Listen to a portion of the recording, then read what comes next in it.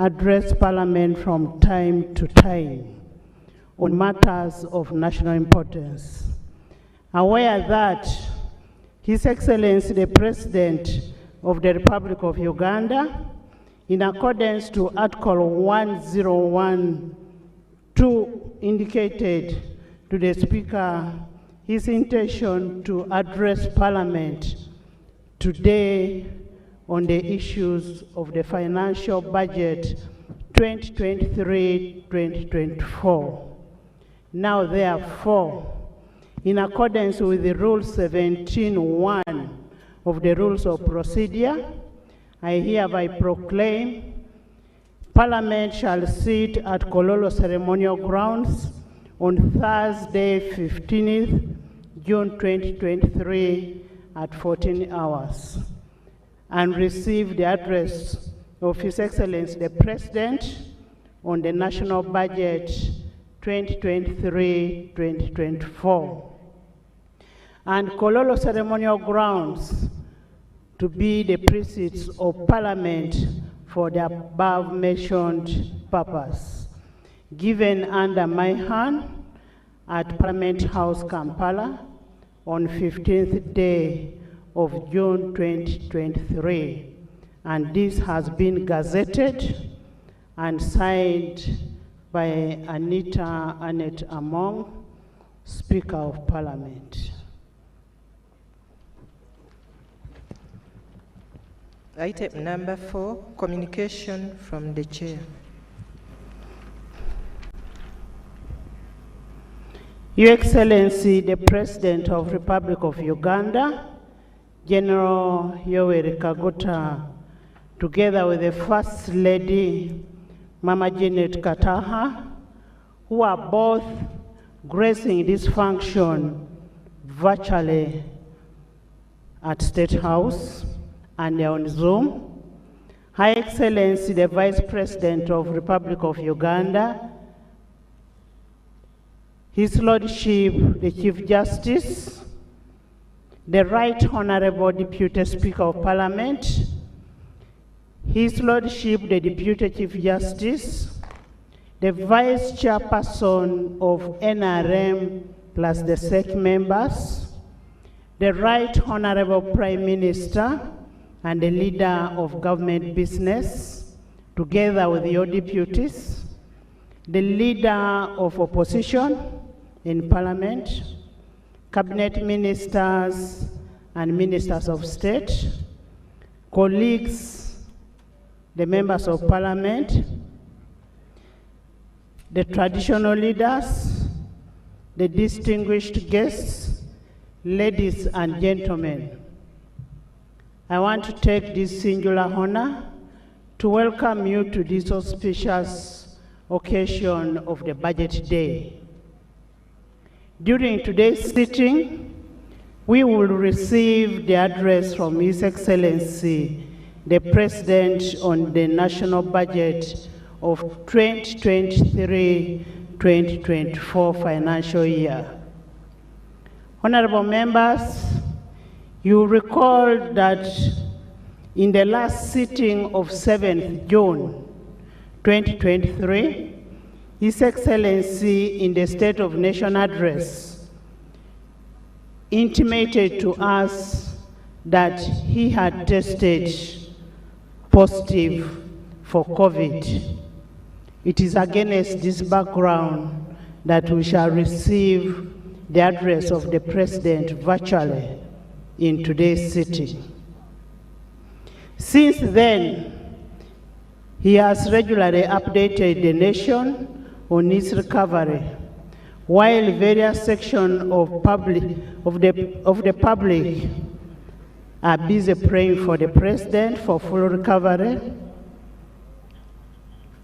And as Parliament, we continue also praying for the President, and as a nation, we want him to be back on his foot and work for the country.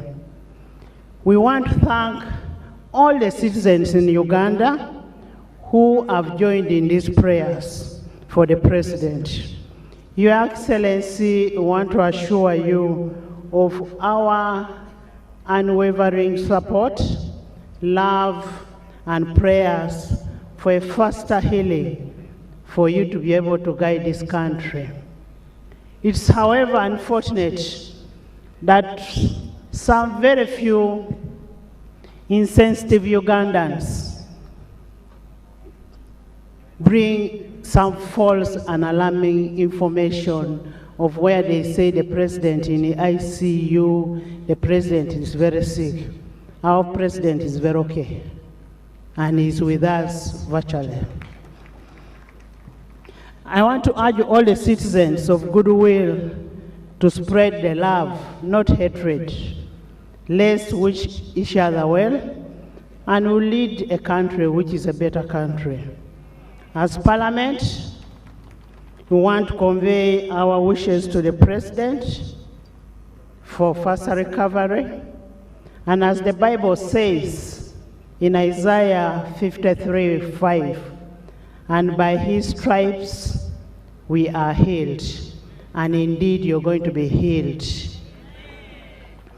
As a God-fearing nation, we commit our President to the Almighty God for his complete healing.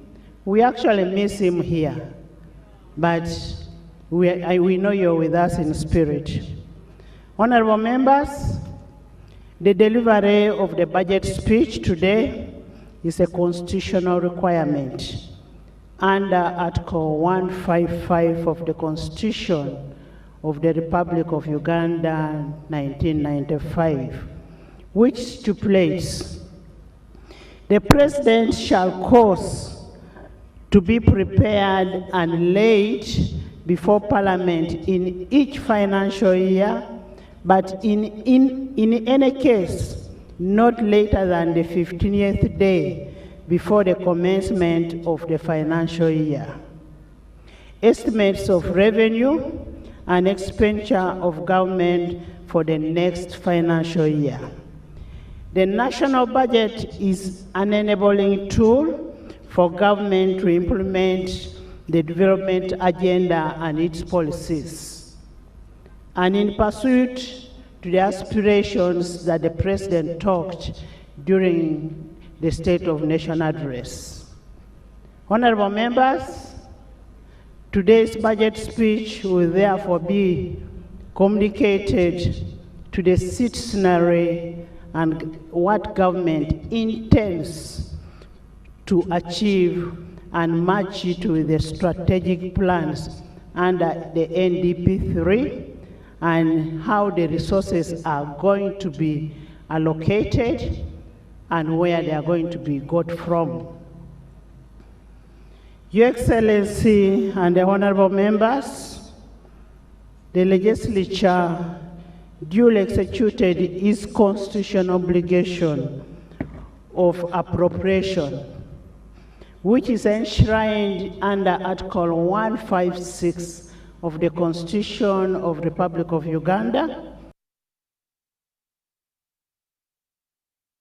The approval of the national budget as prescribed under the national budget is prescribed under Section 14(1) of the Public Finance Management Act 2015 and Rule 151, 152 of the Rules of Procedure of Parliament. Honorable members, I want to sincerely thank you for executing your constitutional obligation. Thank you so much. Your Excellency, I'll briefly highlight the key milestones by legislature in the budget consideration process. One, there was an approval of a national budget framework paper. That is the beginning of the budgeting process. The approval of the National Budget Framework Paper 2023-2024, 2027-2028 on 31st January 2023. That is pursuant to Section 9, 5, and 8 of the Public Finance Management Act 2015 and Rule 145 of the Rules of Procedure. Then we have the approval of the ministerial policy statements for financial year 2023-2024. Can I have order in the House? 5 and 8 of the public finance. Honorable members, can I have order in the House? And Rule 145. There is an approval of ministerial policy statements 2023-2024, and that is in line with Section 12 of the Public Finance Management Act 2015 and Rule 149 of the Rules of Procedure. Consideration of the tax and revenue bills. These tax and revenue bills is where the source of the money comes from. This was considered on 2nd, 3rd, and 16th of May 2023, and that is pursuant to Section 8 of the Public Finance Management Act 2015 and Rule 150 of the Rules of Procedure. The approval of the budget for financial year 2023-2024 was done on 18th May 2023, pursuant to Section 14 of the Public Finance Management Act and Rule 151 and 152 of the Rules of Procedure. However, on consideration of the budget, as legislature, we want to register our disappointment. Out of all the 83 ministers we have in government, we had a handful in the House. And this is the second time we are having a handful when we are considering a national budget. Your Excellency, as we receive the budget speech, I wish to highlight the following salient observations. Local government financing as a share of the national budget continues to stagnate about 11% of the last decade. And this implies the budget of the local government is insufficient to adequately stimulate the desired growth envisaged under the fiscal decentralization strategy. 2, the capacity of the local authorization to raise the local revenues remains a dismay. This has impeded the ability to fund a number of priority areas. So we need to get more areas where we can be able to get funds. 3, the continued rollout of the parish development model requires addressing existent challenges which this Parliament has already identified, and Parliament together with the Executive should work together to ensure that the PDM becomes a success, since we are putting a lot of money in PDM. 4, the increased domestic borrowing is amidst the increased public expenditure, which is a pressure to the economy. And as 11th Parliament, we want to request that we reduce on public borrowing. 5, the high unit cost of implementing the infrastructure projects, notably in sustainable energy development and integrated transport infrastructure and service programs. This is mainly attributed to overdependence on foreign entities and supervised by foreign persons who are paid highly, instead of making sure that our local content is encouraged and given work to be done. Continued accumulation of domestic areas by government in a disruptive effect of performance of the private sector. Your Excellency, all the aforementioned observations point to the need to widen on our revenue and enable adequate financing of our national priorities. I therefore urge Executive to work hard to expand the tax base and increase on the revenue that is collected for us to be able to fund the priority areas. Your Excellency and honorable members, in the coming financial year, we urge the accounting officers to ensure efficiency and effectiveness in budget execution. Among others is plugging the existing budgets, linkages, strengthening the internal controls, reducing the wastage, and then public loss. We also have MDS who understand that they have to present their budgets to Parliament during the budget framework paper, but they fail to do it. So they need to do whatever they do within the law. This will enable Parliament to do its work perfectly. We need to work with each other for us to be able to pass a budget that covers the whole country, that has an interest of national character. Your Excellency and honorable members, our role as legislators will not only stop in appropriation and approving the budget. I have had a lot of sentiments saying, what do we oversight? Oversight is one of our roles. And as we give out money today, we must do oversight of the money that we approved and given out. That is your role, and you must do it. There shouldn't be an aspect that is conflicting oversight roles. The only institution that is given by the Constitution is Parliament of Uganda. The rest are just coming in to do their oversight, but ours is constitutional.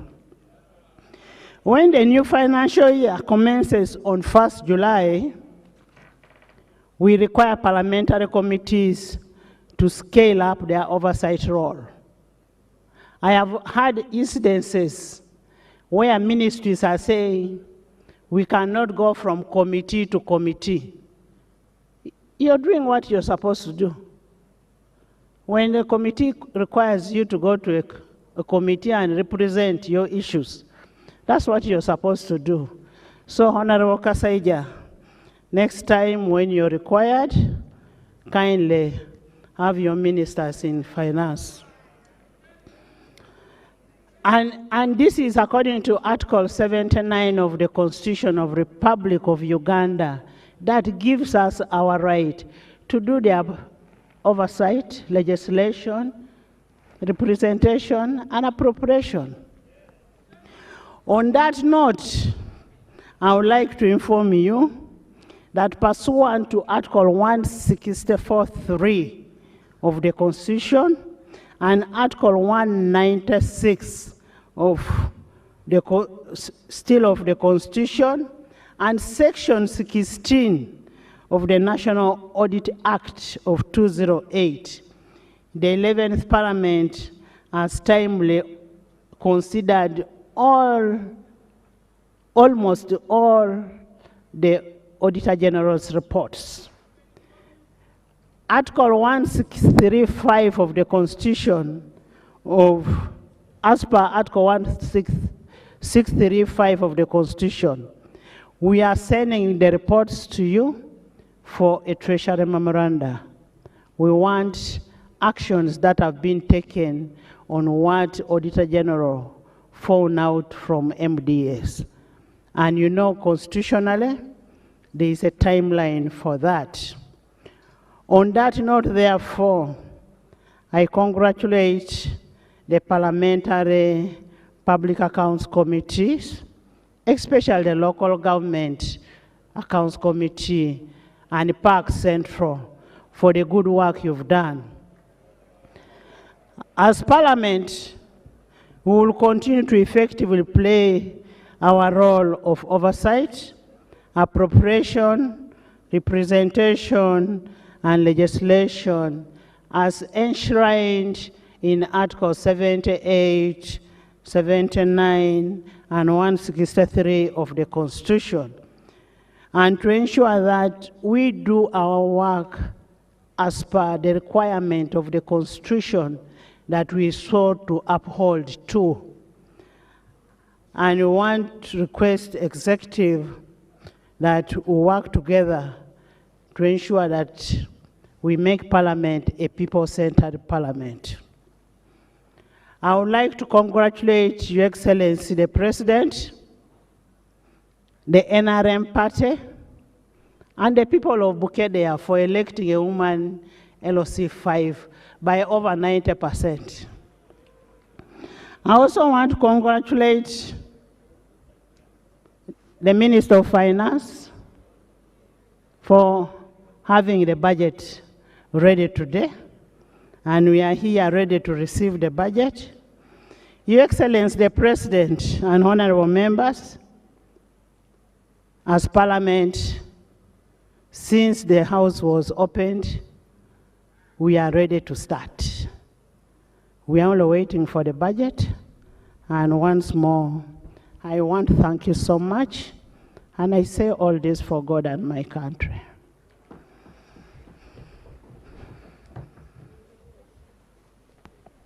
Item number 5, presentation of the budget speech by His Excellency the President of the Republic of Uganda. Honorable members, I have duly been notified that the delivery of the budget speech will be made by the Honorable Minister of Finance, Planning and Economic Development on behalf of His Excellency the President, who is virtually present in the sitting. The President will make additional remarks after the Minister has presented. And the President is watching whatever we are doing. Even in absentia, we are supposed to respect Rule 10.4. Let's listen, get the budget, and then we will wait to hear the President's remarks. I now want to invite the Minister of Finance, Planning and Economic Development to deliver the budget to the nation.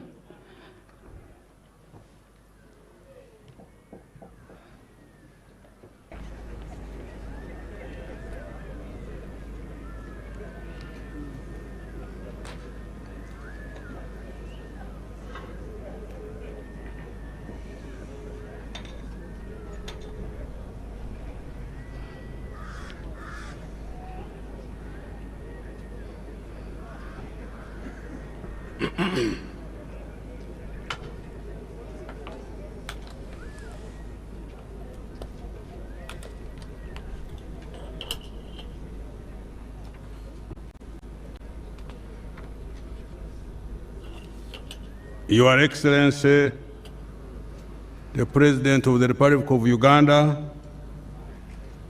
Your Excellency, the Vice President, Right Honorable Speaker of Parliament, Your Lordship, the Chief Justice, the Right Honorable Deputy Speaker of Parliament, Your Lordship, the Deputy Chief Justice, the Vice Chairman of the National Resistance Movement Party, the Honorable Prime Minister, the Honorable Leader of the Opposition in Parliament, Honorable Ministers, Honorable Members of Parliament, Your Excellencies, the Ambassadors and Heads of Diplomatic Missions, distinguished guests, ladies and gentlemen.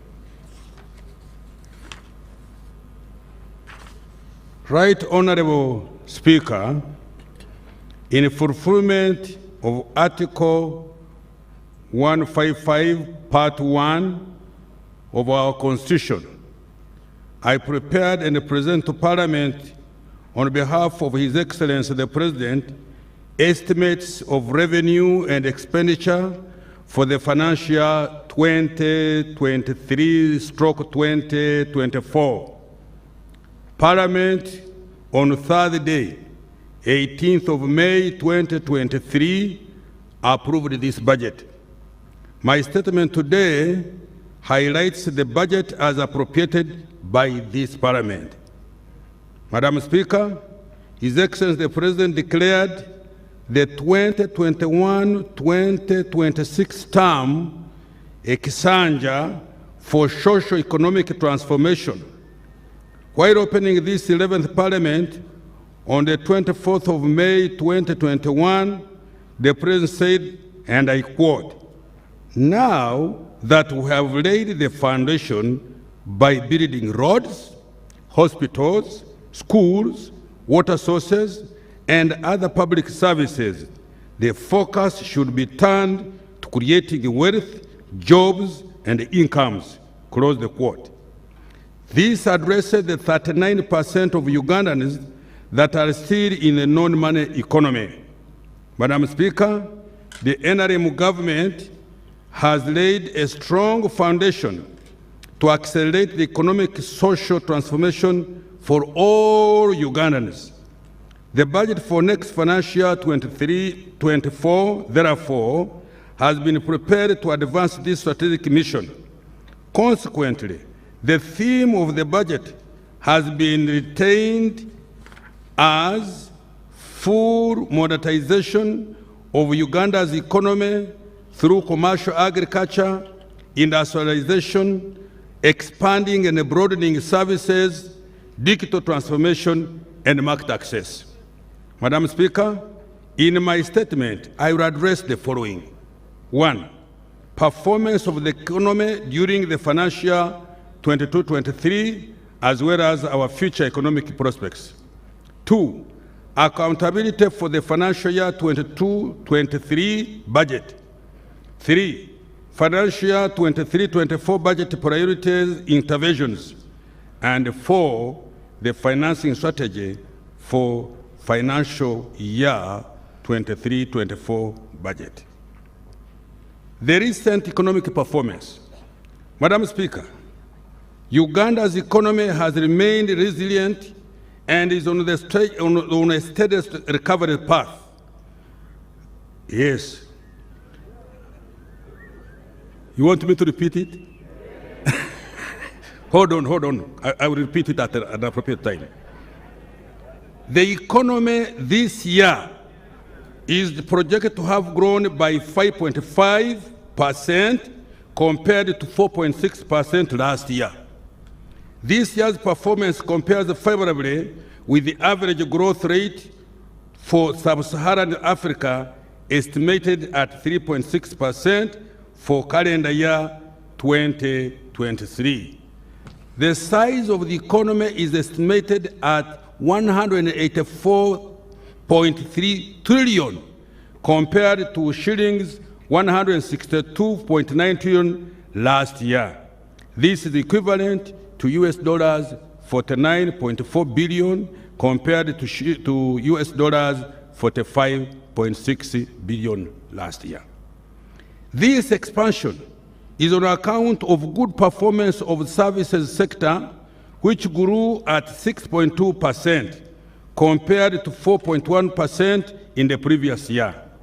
Agriculture has also performed very strongly, growing by 5% despite the dry spell in the first quarter of this financial year. In particular, food crops, livestock, and fishing performed very well. Industry grew at 3.9%, driven largely by manufacturing and construction activities, especially in the oil and gas industry. Inflation and interest rates. Madam Speaker, inflation is reducing steadily on account of well-coordinated fiscal and monetary policy.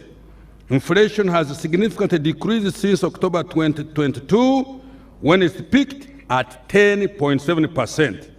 Last month, the pace at which prices were rising slowed down to 6.2%. Prices of key items such as soap, sugar, fuel at pumps, among others, have significantly reduced. With respect to the cost of money, commercial bank lending interest rates have increased slightly to 19.3% in April 2023 from 18.8% in April 2021. This mainly caused the increase in the central bank rates of 10% since October 2022 in order to fight inflation. To reduce the cost of money for the private sector, government has taken a deliberate policy to reduce domestic borrowing, which is a major driver of commercial bank lending rates.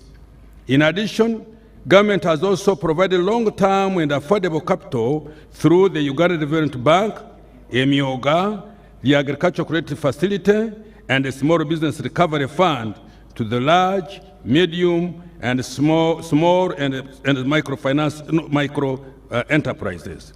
A total of shillings 2.7 trillion has been provided to date.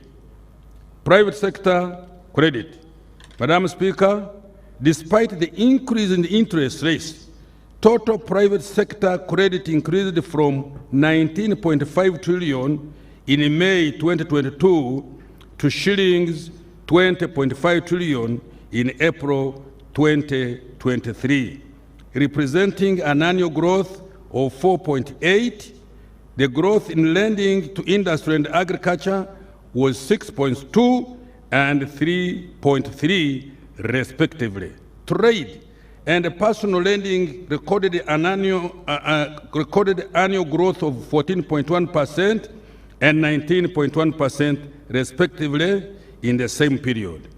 This underscores the ongoing government intervention to ensure that agriculture and industry access adequate and affordable financing on a sustainable basis. Now I turn to the exchange rate. Madam Speaker, the Uganda shillings has remained stable against major global currencies despite the strengthening of the US dollar. Between April 2022 and April 2023, the Uganda shilling depreciated by 5.8% against the US dollar, compared to an average depreciation rate of 8% within the East African region. Let me repeat this. The Uganda shilling has remained stable against major global currencies despite the strengthening of the US dollar. Between April 2022 and April 2023, the Uganda shilling depreciated by 5.8% against the US dollar, compared to an average of depreciation rate of 8% within the East African region. The stability of the exchange rate is due to increase in foreign direct investment inflows into the oil and the gas sector, significant recovery in tourism, and the recent good performance of exports. External trade. Madam Speaker, by April 2023, Uganda's exports of merchandise goods amounted to US dollars 4.2 billion compared to US dollars 3.1 billion over the same period over the previous financial year. This represents a 35.5% increase, mainly driven by an increase in exports of gold, coffee, fish, sugar, beans, maize, and light manufactured products to the regional market. The NRM government has provided support through different initiatives to boost exports. These include the provision of long-term and affordable capital, investment in transport infrastructure, and energy in particular, plus building industrial parks. These efforts have started yielding results. The manufactured exports have emerged as a major contributor to merchandise exports. For example, In year 2022, Uganda exported sugar worth of $163 million, cement worth US dollars 87 million, plastics worth 61 million US dollars, soap 31 US dollars million, and beer worth US dollars 29 million.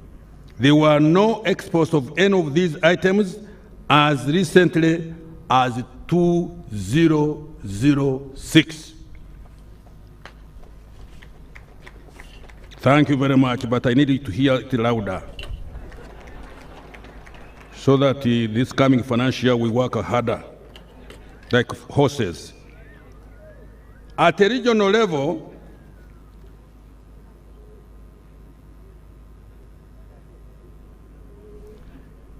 by April 2023, we have recorded a trade surplus with our East African community trading partners of shillings 1 billion, no, of US dollars 1 billion. Tanzania remains the only East African trading partner where we recorded a bilateral trade deficit of US dollars 154 million. Our trade balance will be strengthened further as we continue to boost exports and enhance domestic manufacturing capacity to replace some imports. Now, foreign direct investment and remittances and tourism.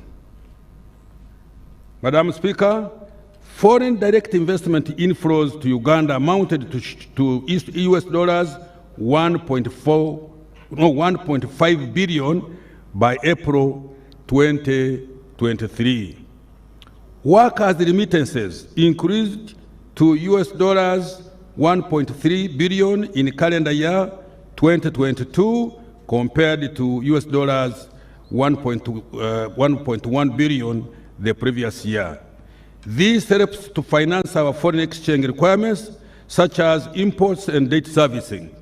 Tourism revenue increased to US dollars 847.8 million by April 2023 from 777.8 million in the same period a year ago.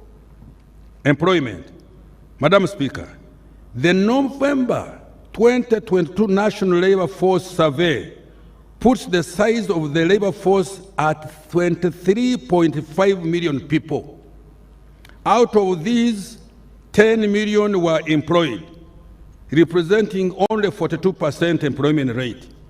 Another 8.2 million, equivalent to 35%, were engaged in subsistence agriculture, and 9 out of every 10 employed Ugandans were working in the informal sector. Close to 380,000 employment opportunities have been created under the Presidential Initiative on Wealth and Job Creation, but we still need more. Now, Emyoga, Madam Speaker, the target of government is to create over 2.5 million jobs in the next 5 years. This will be achieved by effectively implementing the parish development model, industrialization, wealth creation, and full monetization of the economy. I will elaborate how we will implement these initiatives later. Now, fiscal performance. Madam Speaker, the fiscal deficit is estimated at 5.1% of the GDP this financial year, lower than 7.4% last financial year. This is due to reduction in both recurrent and development expenditure, increased grants. The fiscal deficit has been financed through domestic borrowing and external loans.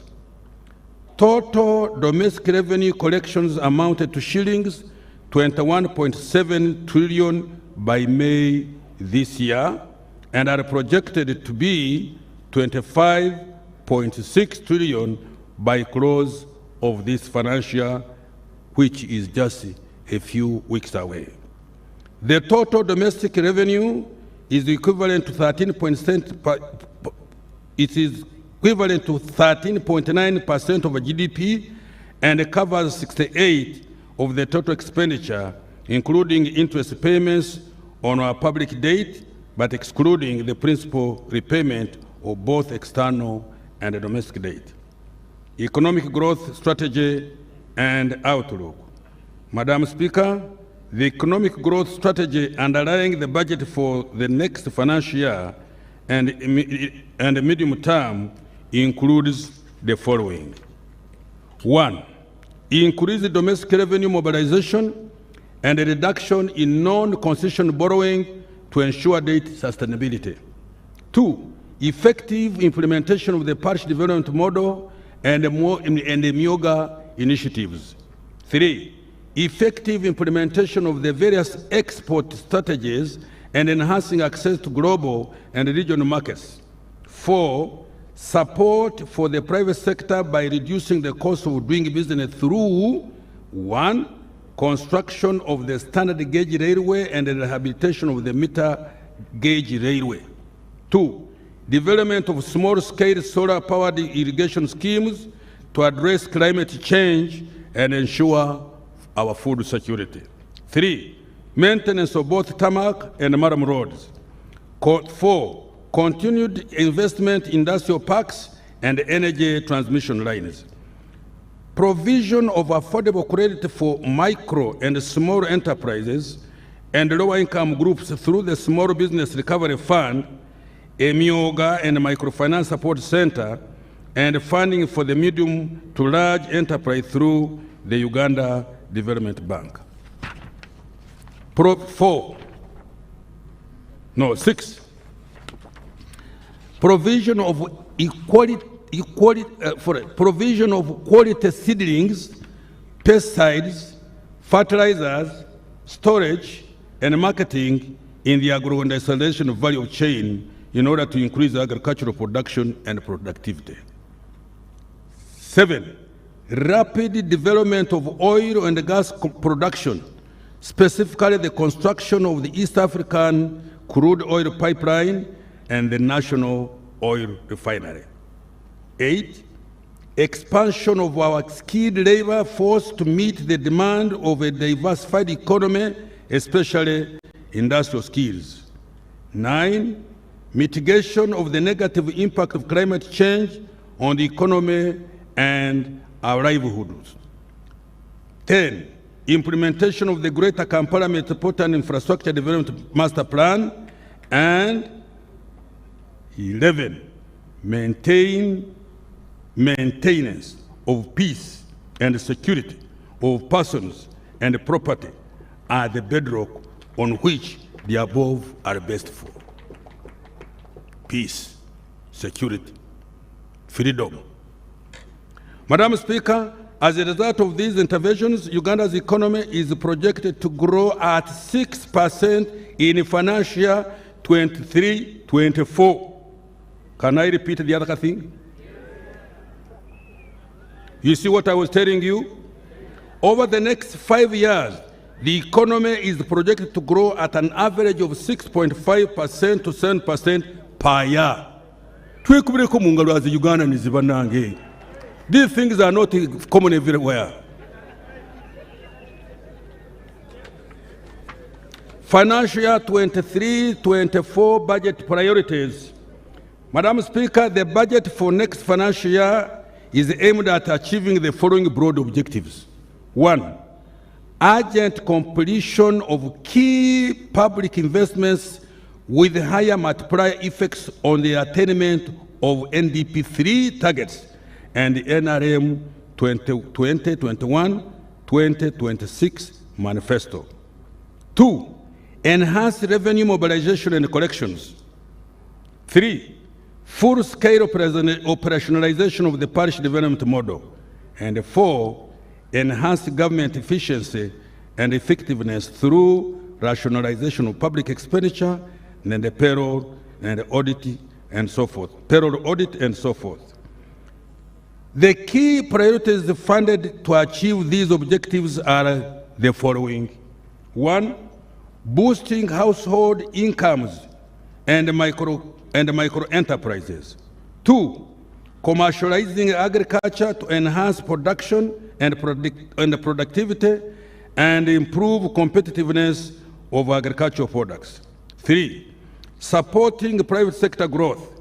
4, investing in the people of Uganda. And I emphasize that one, investing in the people of Uganda. 5, improving the stock and the quality of infrastructure. 6, expediting implementation of strategic interventions in innovation, research and development, and the mineral, oil, and the gas industry. Madam Speaker, in order to effectively implement these strategic priorities, the government shall ensure peace and security, good governance, the rule of law as the bedrock for economic activities. I now turn to detail the key actions we will be undertaking in these strategic priorities. Boosting household incomes and micro enterprises. Madam Speaker, the parish development model will boost household incomes as well as development of micro enterprises. Since the launch of the PDM in February 2022, a total of shillings 590.2 billion has been disbursed to all the 10,459 parishes nationwide, translating into shillings 50 million per parish. The balance will be disbursed by end of this month. Next financial year, the parish development model has been allocated 1.1 trillion Uganda shillings. The Myoga initiative will further boost household incomes and micro enterprises at parish and sub-county levels by directly funding parish and sub-county enterprise groups. By March 2023, seed capital worth shillings 494 billion had been disbursed to 6,721 constituency-based Myoga circles. Over 600,000 individuals had successfully applied for credit from their parish-based associations. Nearly half, 46%, of these were women. Women are very persistent, I can tell you. And when they say they do something, they will do it. Youth, 25%, and the PWDs, 4%. These circles have also mobilized savings of shillings 78 billion and a further shillings 80 billion recovered from the loans given to the beneficiaries. Now, somebody said the Myoga is non-performing. He does not know what he's talking about. And I'm sorry for that type of person. This demonstrates the sustainability of the Myoga initiative. Next financial year, shillings 100 billion has been allocated to the Myoga initiative. Madam Speaker, in order to grow local enterprises, 19 skilling centers have been established across the country under the Presidential Industrial Hubs initiative. So far, 28,750 trainees have successfully completed training in skills programs, and 6,110 are undergoing training in various fields.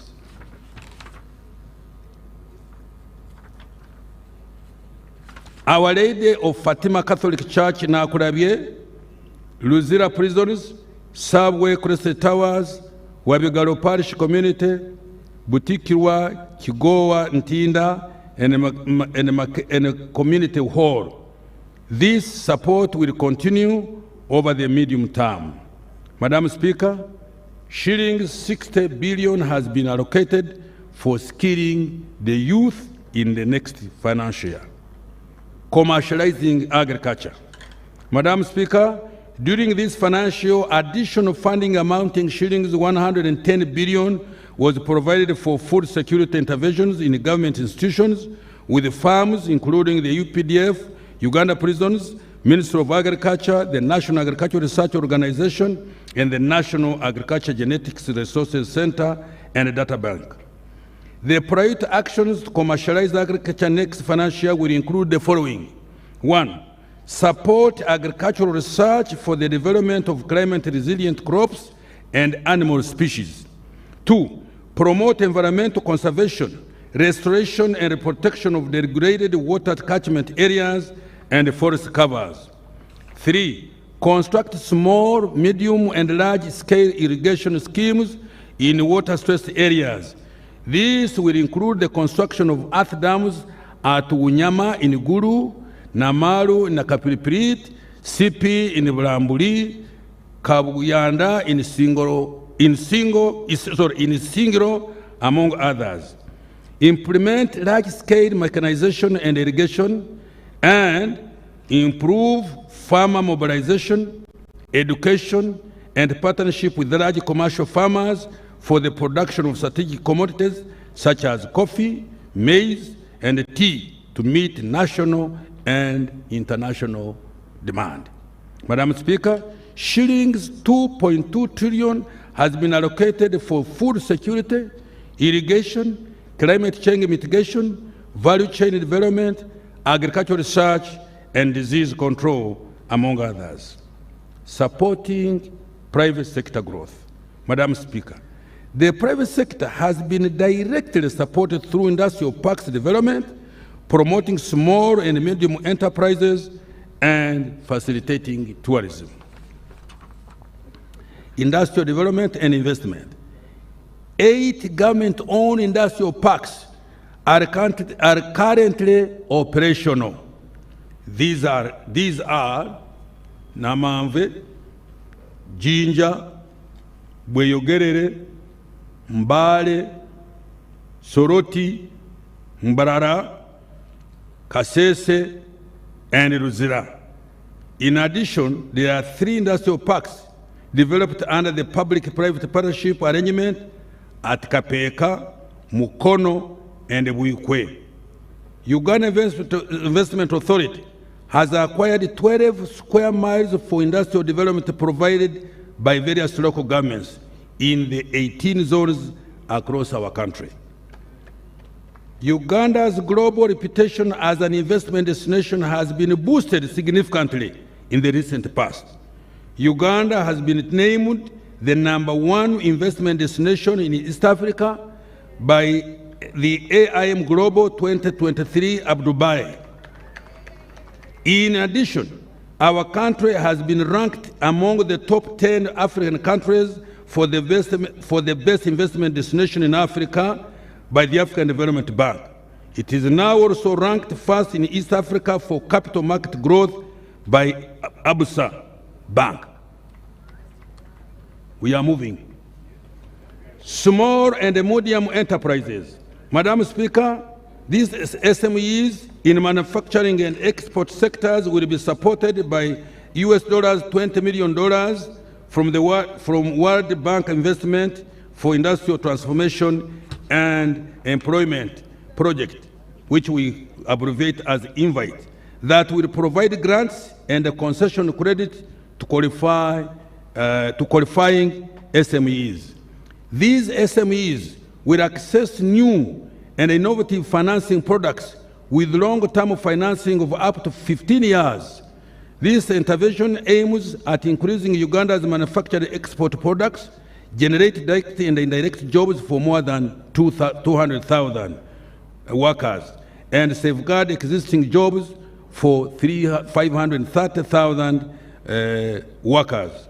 Madam Speaker, an allocation of shillings 209.3 billion has been provided through the INVITE project for next financial year. Now I turn to tourism.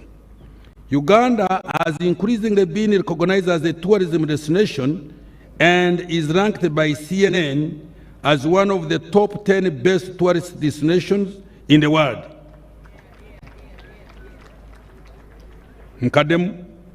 Uganda has increasingly been recognized as a tourism destination and is ranked by CNN as one of the top best tourism destinations in the world. We will continue to promote domestic and inbound tourism, including the use of digital platforms. Uganda will also be marketed as a global and regional center for meetings, incentives, conferences, and exhibitions. Hospitality standards will be enforced through licensing, grading, and classification of tourism facilities. Shillings 249 billion has been allocated for the promotion of our tourism business. Madam Speaker, all the private sector interventions I have detailed above have been allocated shillings 2.4 trillion. Now investing in people. Madam Speaker, Uganda has registered visible improvements in healthcare outcomes, access to knowledge, and a decent standard of living. On average, a Ugandan now lives longer at 64 years, up from 53 years, just as recently as 2015. The Ugandan attains more years of schooling and enjoys a higher income per capita than ever before. Let me repeat this, because it is interesting, especially to me, who is working day and night to make sure that the youth and the sick are helped to recover. Uganda has registered visible improvement in healthcare outcomes, access to knowledge, and a decent standard of living. On average, a Ugandan now lives longer, 64 years, up from 53 years, just as recently as 2015. Attains more years of schooling and enjoys a higher income per capita than ever before. Now we turn to health. Access to health care by Ugandans remains a key priority of this government. Consequently, 381 health center 2s have been upgraded to health center 3s. Honorable Jane, you will confirm that one. In addition, 250,000 health center 3s have been upgraded to health center 4 and equipped and are now functional, largely supported by the Uganda Intergovernmental Fiscal Transfer Program, which we abbreviate as UGFIT, which is co-funded by the World Bank. Construction and equipping of 31 new health center 3s in sub-counties without any health facility is now at 90% complete. The health referral system has also been enhanced by fully functioning 143 intensive care units and 5 high dependency units in national, regional referral hospitals across our country. Next year, the Murago Super Specialized Hospital and the new state-of-the-art intensive care unit at Uganda Cancer Institute will be fully operationalized. They will provide specialized care to all Ugandans and reduce medical referrals abroad. In addition, all existing health center 4s and health center 3s will be facilitated to offer quality health care to all Ugandans. In this respect, health worker supervision and management will be strengthened to reduce absenteeism. After the ongoing audit of the payroll, the ban on health worker recruitment will be lifted. Let me repeat this. After the ongoing audit of the payroll, the ban on health worker recruitment will be lifted. Government in the next few weeks resolves the plight of the medical interns and doctors designated as senior house officers in view of their important role in supporting the health care system.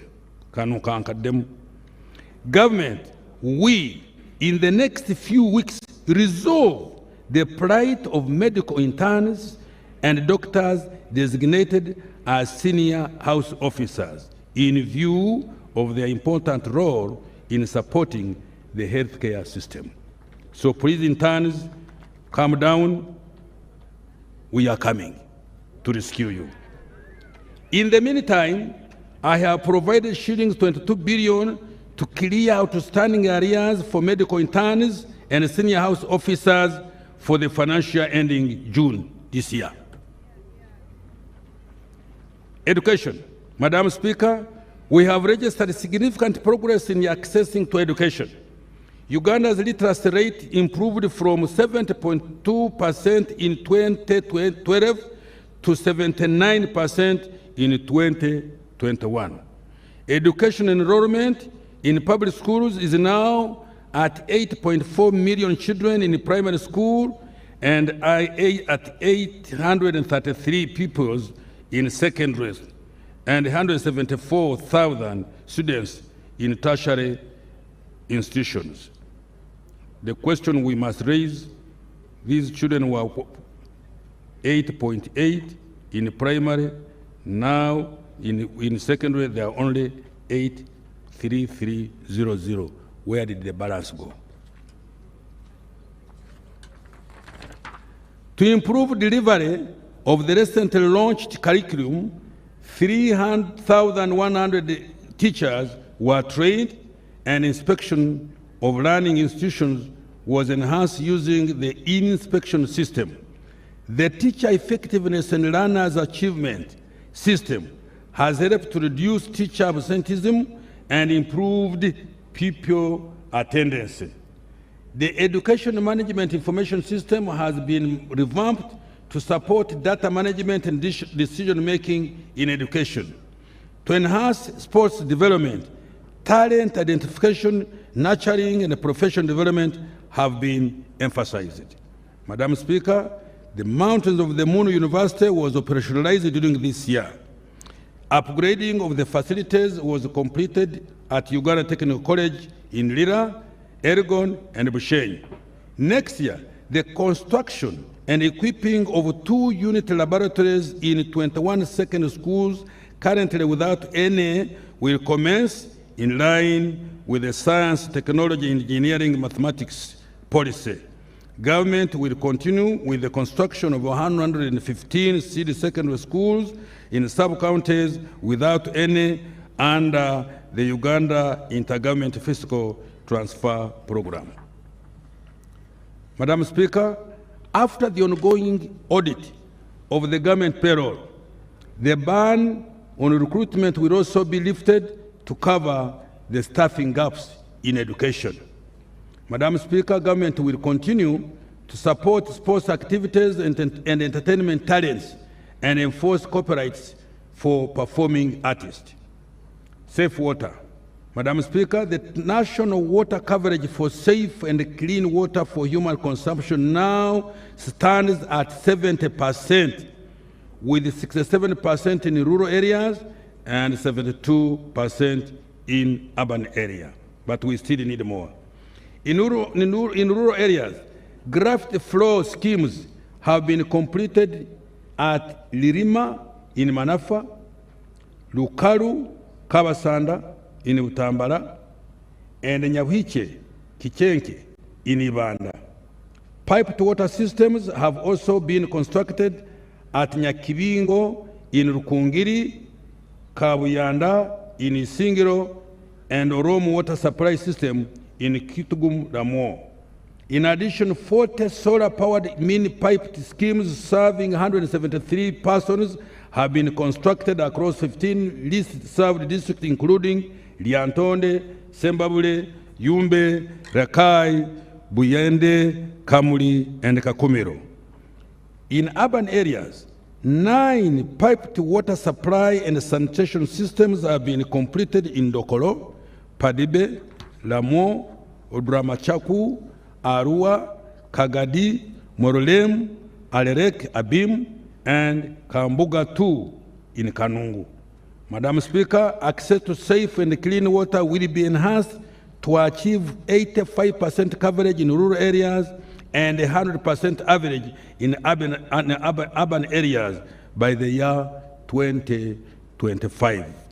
Next year, the main activities toward this goal include construction of 1,540 boreholes in 1,050 villages and town wards, building 49 large and 67 medium and 80 small piped water schemes in both urban and rural areas, and the rehabilitation and maintenance of 50 water systems in growth centers.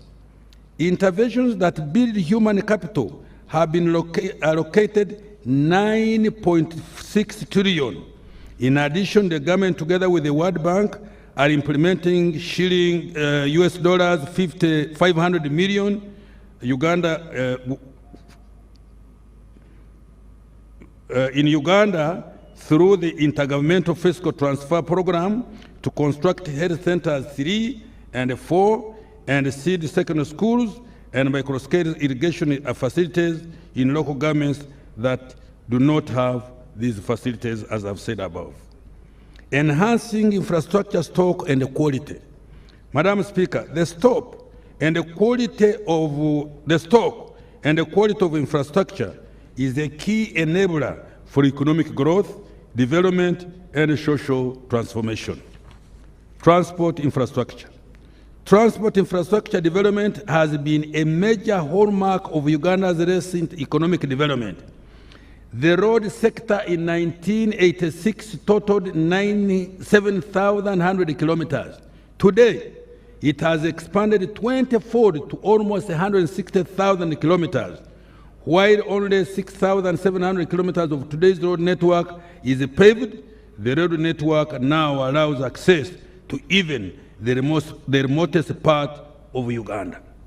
Next financial year, we will substantially complete 16 national road projects, including Atiak, Laropi, Moroto, Lokitanyala, Kawuku, Werenga, Namugonde, Bugiri, Nsambia, Mukwano, the Kampala flyover, and the Shere town, Kiamate access roads.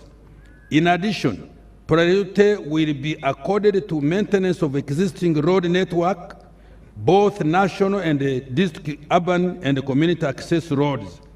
The Bukungu, Kagwara, Kaberamaido ferry and related landing sites, and Lake Bunyonyi ferries and their landing sites will also be completed. Madam Speaker, emergency repairs of the Kampala-Malaba meter gauge railway was completed this year. Emergency repairs. Let me repeat. Madam Speaker, emergency repairs of the Kampala-Malaba meter gauge railway has completed this year. The full, my team, please, you'll have to come and explain this. The full rehabilitation of the Kampala, Malaba, and Tororo Gulu meter gauge railway will commence next financial year. 49 of the right of way for Kampala, Malaba standard gauge railway has been acquired. The construction of Malaba Kampala standard gauge railway will commence next financial year, for which shillings 535 billion has been provided. Madam Speaker, in the air transport sector, the redevelopment of and expansion of Entebbe International Airport is at 85% complete and is due to be completed by July 2024. The construction of Kabalega International Airport, now stands at 91.7% and will be completed by September 2023. We shall also rehabilitate and upgrade the following aerodromes that are under feasibility studies: Kidepo, Pakuba, Mbarara, Gulu, Arua, Kisoro, and Kasese. Madam Speaker, an allocation of shillings 4.5 trillion, representing 13.3% of the total budget, has been budgeted for road maintenance, construction, railway development and rehabilitation, water and air transport development. Of particular significance, an allocation of shillings 1 billion has been provided to each district, city and municipality for road grading, maram and compacting. In total, shillings 176 billion has been allocated for this purpose. We have also secured $608.7 million, equivalent to shillings 2.25 trillion, to address flooding, traffic congestion, poor road infrastructure, and signalized injunctions, and unemployment in Greater Kampala metropolitan area, covering Kampala, Wakiso, Mukono, and in Pigi District and their municipalities. This will upgrade 504 kilometers of roads, including junction signalization in 8 urban authorities, rehabilitation of 30 stormwater drainage points, upgrade 23 markets, and construct 25 artisanal parks and industrial work spaces for the small-scale manufacturers. Madam Speaker, in collaboration with the World Bank, government is implementing the $360 million Uganda support to municipal infrastructure development USMID program to improve infrastructure and address operational challenges in the cities and municipalities. Power infrastructure. Power generation, transmission, and distribution infrastructure have continued to expand.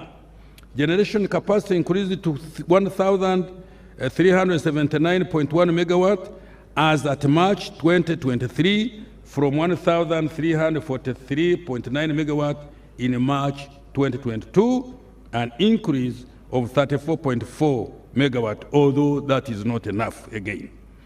With the commissioning of the Karuma hydropower project planned for September this year, generation capacity will increase to 1,976 megawatt. The 6 megawatt Nyagaka 3 hydropower project is also due for commissioning by end of this month. In transmission, a total of 417 kilometers of transmission lines were added to the main grid during the year, bringing the total transmission line network now to 4,011 kilometers. To enable evacuation of power from 600 megawatt Karuma hydropower project, the 2048 kilometer Karuma Kawanda, the kilometer 55 Karuma Oruyo, and the 76 kilometer Karuma Lira lines have been completed. Next financial year, 761 kilometers of transmission lines and associated power substation will be constructed to improve the stability and reliability of the network. We also build the capacity of the Uganda electricity generation and transmission companies to manage the generation and distribution networks after the expiry of the ESCOM and the Umeme concessions. Madam Speaker, next financial year, 1.3 trillion has been allocated to electricity interventions. Digital transformation, Madam Speaker. Turning to the digital transformation, 4,717 kilometers of optic fiber has been laid across the country.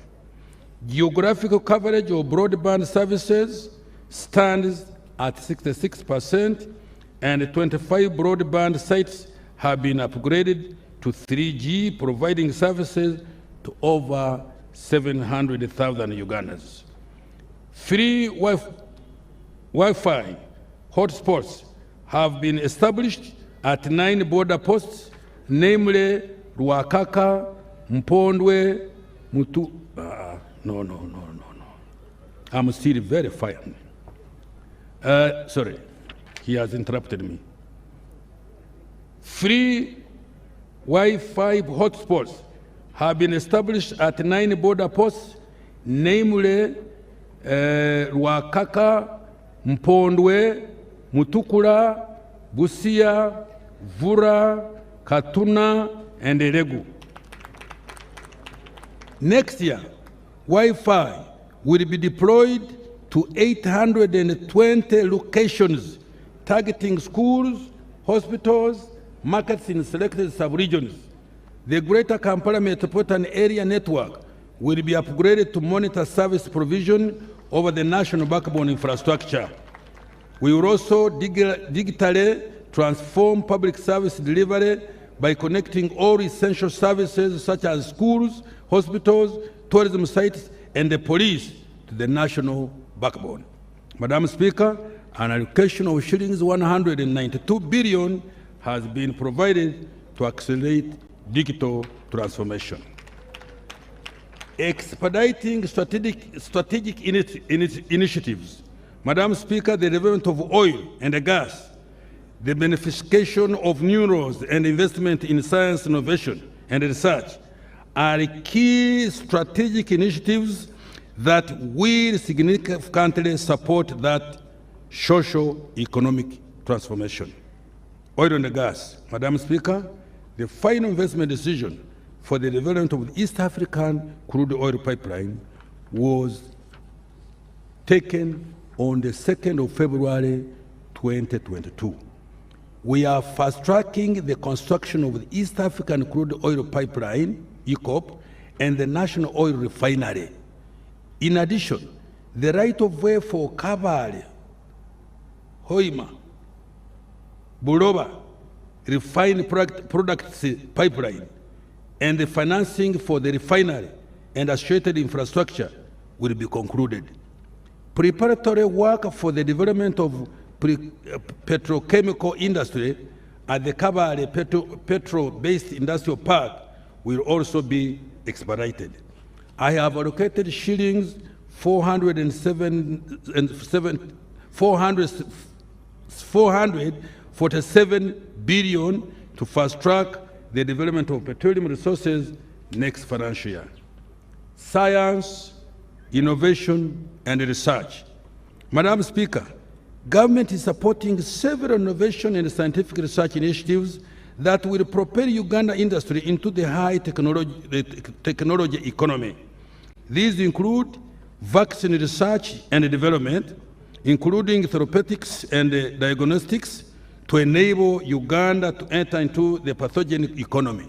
3, automotive industry technology development. 4, chipset and robotics manufacturing. During this financial year, we enhanced the salaries for scientists by shillings 508 billion. We shall continue to support scientists and innovators to undertake the process of intellectual property registration, train and sensitize stakeholders on intellectual property. We have provided 257 billion to support science, innovation, technology development. Mineral beneficiation. Madam Speaker, in order for Uganda to reap the benefits of mineral resources, Uganda's mineral deposits will be quantified to ascertain their value before beneficiation.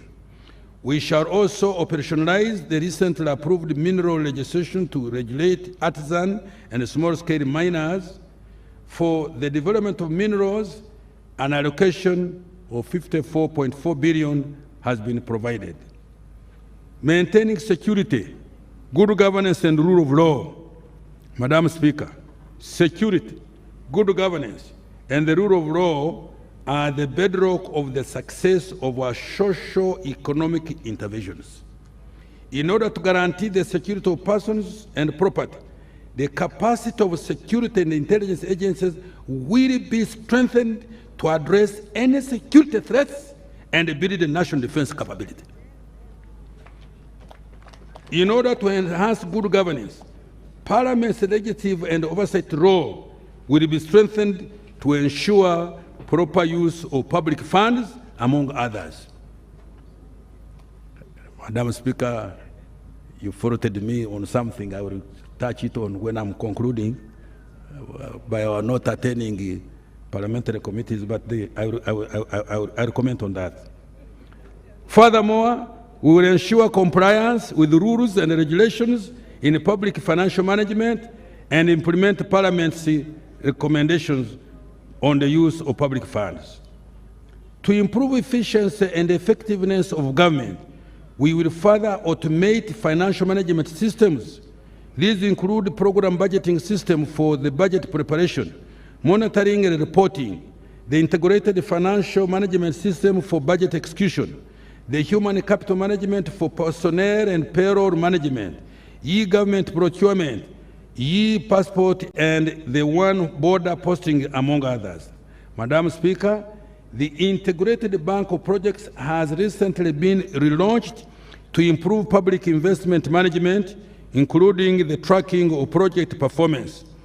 Projects whose implementation has unduly delayed without sound reason will be removed from the public investment plan. Madam Speaker, the rationalization of government agencies will commence in financial year 24-25. In addition, the government has stopped the creation of additional administrative units and agencies. Madam Speaker, to enhance access to justice, the target is to reduce court case backlog by about 6,000 cases by end of June 2024 from the 50,000 outstanding cases. A total of 117 districts already have complete frontline criminal and civil justice service delivery points comprising of a police station, court, prison, prosecution services, and legal aid services, among others. The target is to have 119 districts with justice service delivery points by end of June 2024. The construction of the Supreme Court and the Court of Appeal buildings in Kampala and the Soroti and Rukungiri High Court buildings will be completed. In addition, the High Court buildings in Albetong, Budaka, Liantonde, and the Magistrate Court buildings in Karenga, Patongo, and Abim will also be completed. Madam Speaker, the functions which include enactment of legislation, oversight, and accountability roles will further be strengthened. In this regard, the construction of parliamentary chambers is ongoing. Madam Speaker, security governance, the legislature, and the administration of justice have been allocated shillings 9.1 trillion next financial year, up from 8.1 trillion this financial year. Fiscal strategy for financial year 23-24 and the medium term. Madam Speaker, the fiscal strategy for next financial year prioritizes enhancing revenue collection, the rationalization of public expenditure, and ensuring long-term debt sustainability. This will reduce reliance on external financing for socio-economic transformation. Therefore, the fiscal strategy will focus on the following. 1, continuing effective implementation of the domestic revenue mobilization strategy. 2, repurposing the national budget to achieve high multiplier effect of government interventions on the economy and improve the efficiency and effectiveness of government programs and projects. 3, mobilizing external concession loans and utilizing non-concession loans for projects with high economic and financial returns.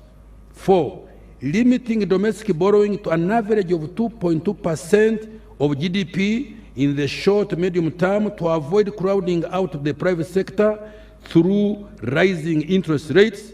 And 5, reducing the budget deficit to within a maximum lift of 5% of GDP and gradually converging towards the East African target of a deficit of 3% of GDP. Next financial year, the budget deficit will be reduced to 3.5% of GDP. In order to live within our means, we have reduced consumptive expenditure. During the next financial year, there will be no purchase of new vehicles for political leaders and public officers, except for hospital ambulances, medical supplies and distribution, agricultural extension services, security and revenue mobilization. Don't roast me, please. That's a decision that we took. Travel abroad has also been restricted to statutory functions and for critical legal and resource mobilization functions. We will also regulate expenses on workshops and seminars. Madam Speaker, during this year, domestic arrears worth shillings 166 billion were settled. Government is committed to paying verified suppliers, quota awards, and compensation for ranches. Next financial year, shillings 200 billion has been allocated to settle domestic arrears. Madam Speaker, to improve absorption and utilization of external loans and grants, government has undertaken the following measures. 1, requiring accounting officers of ministries, departments and agencies to provide quarterly physical performance briefs to the Ministry of Finance, Planning and Economic Development, and Office of the Prime Minister on the performance of externally financed projects under their jurisdiction. 2, ensuring project selection, design, approval, and analysis is undertaken before the project is approved for funding. 3, providing a dedicated fund for land acquisition and right of way instead of earmarking funds for particular projects to address delays in compensation. 4, commencing project implementation only on sites where there are no rights of way and other physical encumbrances. 5, requiring all environmental and social safeguards to be enforced by the Ministry of Gender, Labor and Social Development and the National Environmental Management Authority during the project design. 6, enhancing dialogue with the development partners to ensure smooth implementation of externally funded projects. And 7, placing all project coordinators on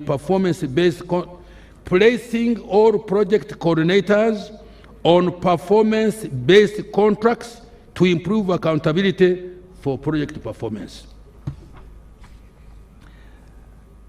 Domestic revenue mobilization for the financial year we are budgeting for. Madam Speaker, domestic revenues for financial 23-24 are projected to amount to 29.7 trillion, of which 27.4 trillion will be tax revenue and 2.3 trillion will be non-tax revenue. This represents a revenue effort of 14.3% of GDP. We want to go to 18-20 in the immediate future.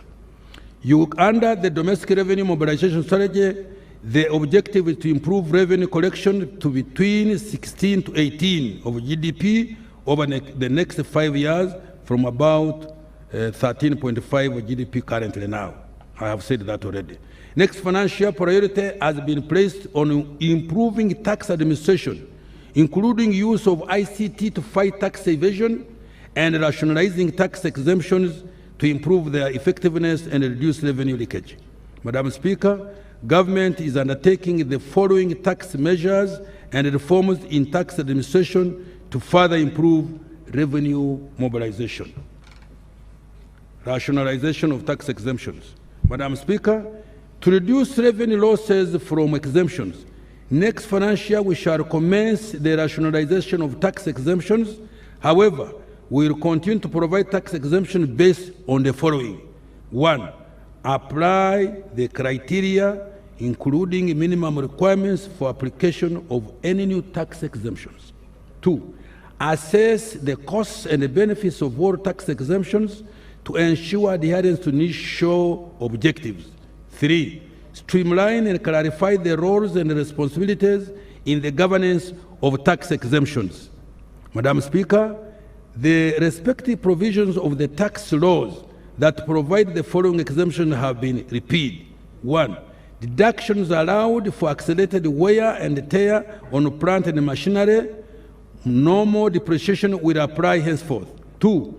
Exemption on VAT for diapers, inputs for processing hides and skins into finished leather, and inputs into iron ore, smelting into billets. Tax laws amendment. Madam Speaker, the tax laws have been amended to improve the tax system and ensure fairness.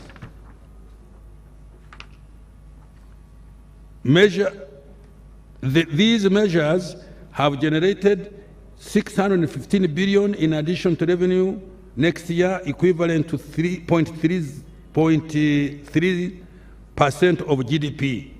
The amendments are detailed in the respective tax laws approved by Parliament. I will, however, highlight a few of these amendments later on.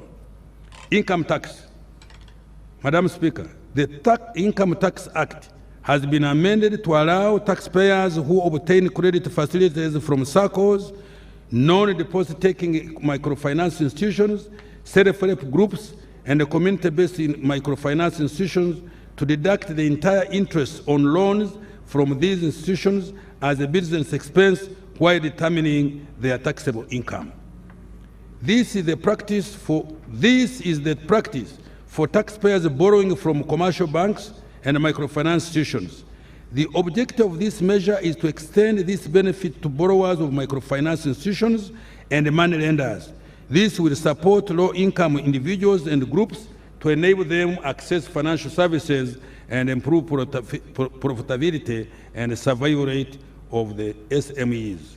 Madam Speaker, in addition to withholding tax of 10%, Madam Speaker, in addition, a withholding tax of 10% has been imposed on commissions paid to agent bankers to equalize their tax treatment with other agents operating similar businesses, such as mobile money agents. Value added tax. Madam Speaker, the VAT Act has been amended to 1. Exempt the supply of concentrates and seed cake from VAT to incentivize local manufacturing of animal feeds and premixes. 2.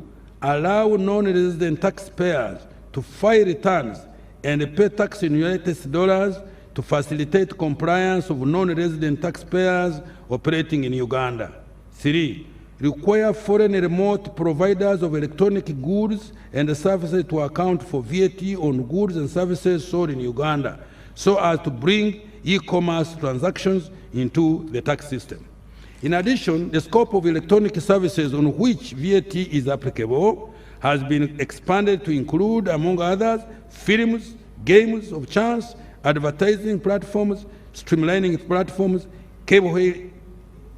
cab hailing services, cloud storage, and data warehousing. Excise Duty Act Amendment. Madam Speaker, the Excise Duty Act has been amended to remove the excise duty of $9 per minute on incoming international calls originating from the United Republic of Tanzania.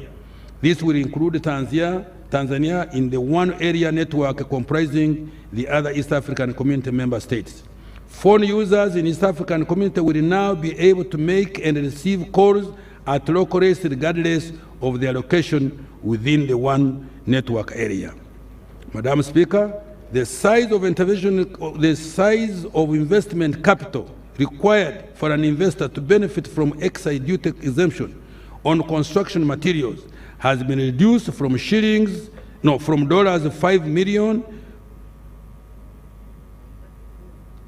to $50 million for Uganda nationals. Foreign investors will be required to have investment capital of at least $50 million in order to benefit from this exemption. In order to deter undervaluation, excise duty on mineral water, bottled water, and other waters purposely for drinking has been imposed at 10% or shilling 75 per litre, whichever is higher. The Excise Duty Act has also been amended to clarify the taxation of spirits for human consumption on one hand, and the exemption from excise duty of spirits used as raw materials for the production of disinfectants and sanitizers. Tax Procedure Code and Amendment. Madam Speaker, the Tax Procedure Code Act has been amended to waive any interest and penalty on tax arrears outstanding as of 30th June 2023 in order to address requests from taxpayers who have cited the hardships caused by the COVID-19 lockdown. This provision is, however, limited to taxpayers who come out and pay by 31st December 2023.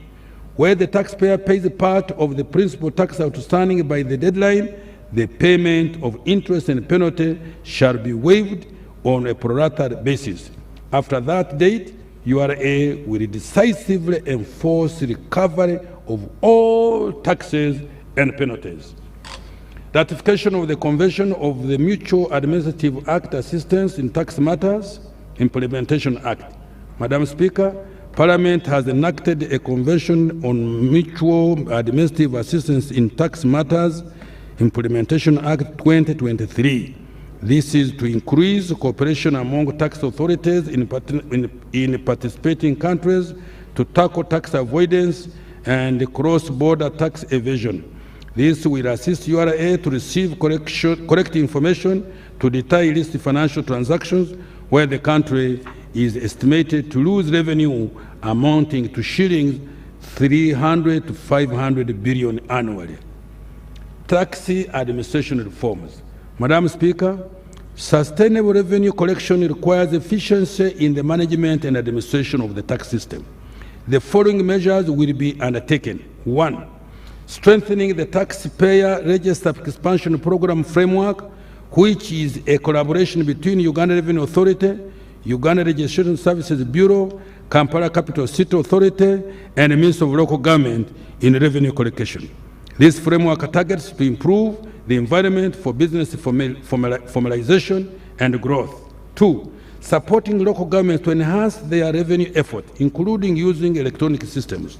3. Undertaking VAT field audits, complex audits, and strengthening data recovery. 4. Leveraging ICT to analyze data and integrating with other government systems to properly identify the taxable transactions and taxpayers. 5. Improving taxpayer awareness to know their rights and obligations and enhance stakeholder engagements. 6. Continuing tax education and awareness intervention across regions, sectors, and gender. 7. Further strengthening of URA staff compliance to procedures, guidelines, and standards to curb corruption tendencies and minimize revenue leakages, including staff deployment in areas with highest risk for revenue collection. 8. Utilizing the alternative dispute resolution mechanism by negotiating with the taxpayers for settlement of tax disputes out of the court system to avoid delays in the resolution of tax disputes. 9. Using ICT systems such as electronic fiscal receipting and evidencing system, electronic fiscal devices, and the digital tracking system, tax stamps, and rental tax solution, and telecom sector activities. 10. Continuing the outgoing integrity drive to combat corruption. Let me repeat this. Continuing the ongoing integrity drive to combat corruption and other vices essential for improving revenue collection. 11. Intensifying the surveillance of wider coverage of porous borders to curb smuggling through extensive intelligence-focused operations supported by use of drones and body cameras. Strengthening regional integration and trade. Madam Speaker, budget consultations with our regional ministers of finance were held on 8th of and on 8th to 12th May 2023 in Arusha, Tanzania, and agreed to make some changes in the East African taxation structure. Madam Speaker, to make our industries more competitive, attract investments, and remove the remaining barriers to trade among African countries, we agreed as East African Community partner states to change the taxes paid on goods coming from outside the East African Community as follows. 1. 0% duty levied on imports of raw materials and capital goods. 2. 10% duty charged on imports of intermediate goods. 3. 25% duty charged on imports of finished goods not readily available in the region. 4. A maximum rate of 35% duty charged on imports of finished goods readily available in the region. And 5. Small adjustments to promote import substitution and value addition of our local industries. Now I turn to public debt.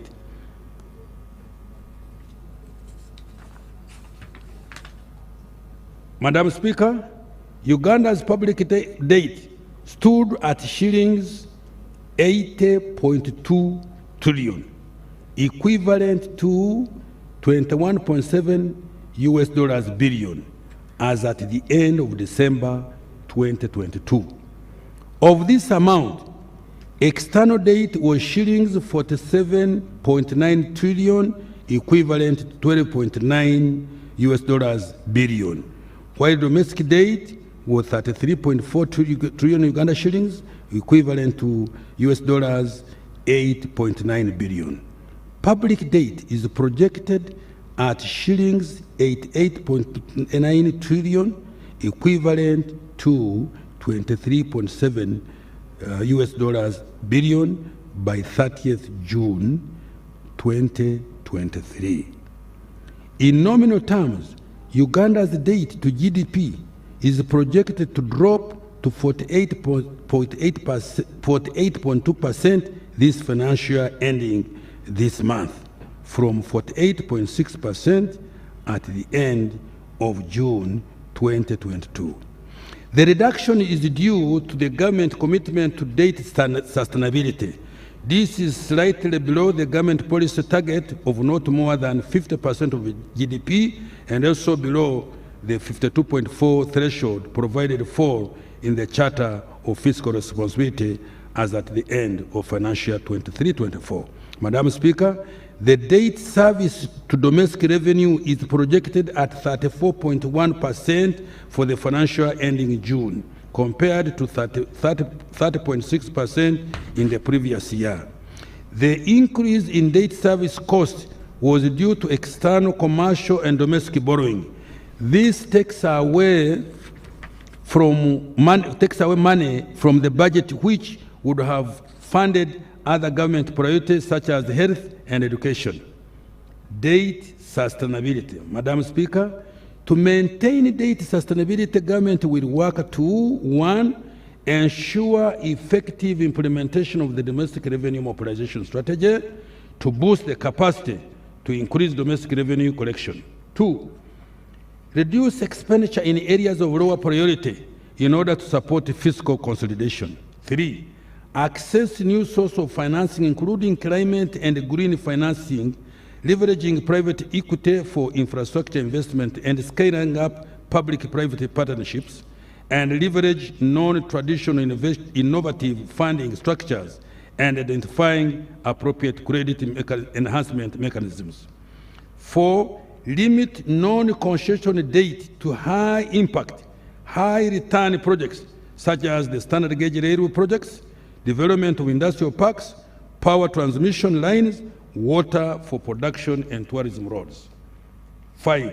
Reduce domestic borrowing. Measures to deepen the debt market.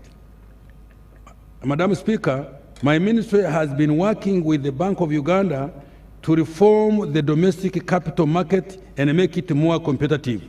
These reforms include rolling out of the use of a mobile money platform for investing in government treasury bill and bonds to broaden the investor base by enabling ordinary Ugandans to participate, increase competition, and reduce the cost of borrowing. 2, finalize the framework for creating new and innovative government bonds to finance the budget, including infrastructure bond for financing infrastructure projects, green bonds for financing climate-smart projects, Shukuku bonds for integrating development finance based on Islamic banking principles, among others. Madam Speaker, the draft bills to operationalize Islamic banking in Uganda are ready for submission to Parliament. I urge Parliament to expedite their enactment to allow the private sector to access this source of funding. Resource envelope for financial year 23-24. Madam Speaker, the resource envelope for financial year 23-24 amounts to shillings 52.7 trillion as detailed below. 1. Domestic revenue amounts to 29.7 trillion, of which 27.4 trillion will be tax revenue, and the 2.3 trillion will be non-tax revenue. 2. Domestic borrowing amounts to 3.2 trillion. 3. Budget support accounts for, budget support 2.8 trillion. 4. External financing for projects amounting to shillings 8.3 trillion, of which 3.0 Uganda shilling trillion is from grants and shillings 5.3 trillion is from loans. 5. Appropriation in aid collected by local governments amount to shillings 287 billion. Domestic debt refinancing will amount to shillings 8.4 trillion. 7. Other financing shillings 222.0 billion. Madam Speaker, total expenditure will be 52.7 trillion. Wages and salaries will amount to 7.3 trillion, and non-wage recurrent expenditure 13.5 trillion. Government of Uganda development expenditure amounts to 6.1 trillion, and external project supporting financing is 8.3 trillion Uganda shillings. Areas worth 215.8 billion will be settled. Appropriation aid shillings 287 billion have been provided for.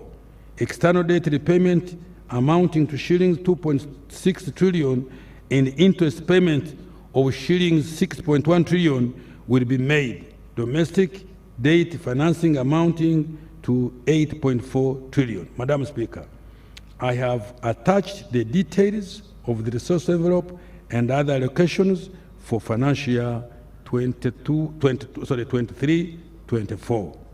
I conclude. Madam Speaker, this budget is dedicated to the Ugandans who are currently not in the money economy. Let me repeat. Madam Speaker, this budget is dedicated to those Ugandans who are currently not in the money economy, to those individuals and households whose income per year is below 20 million shillings.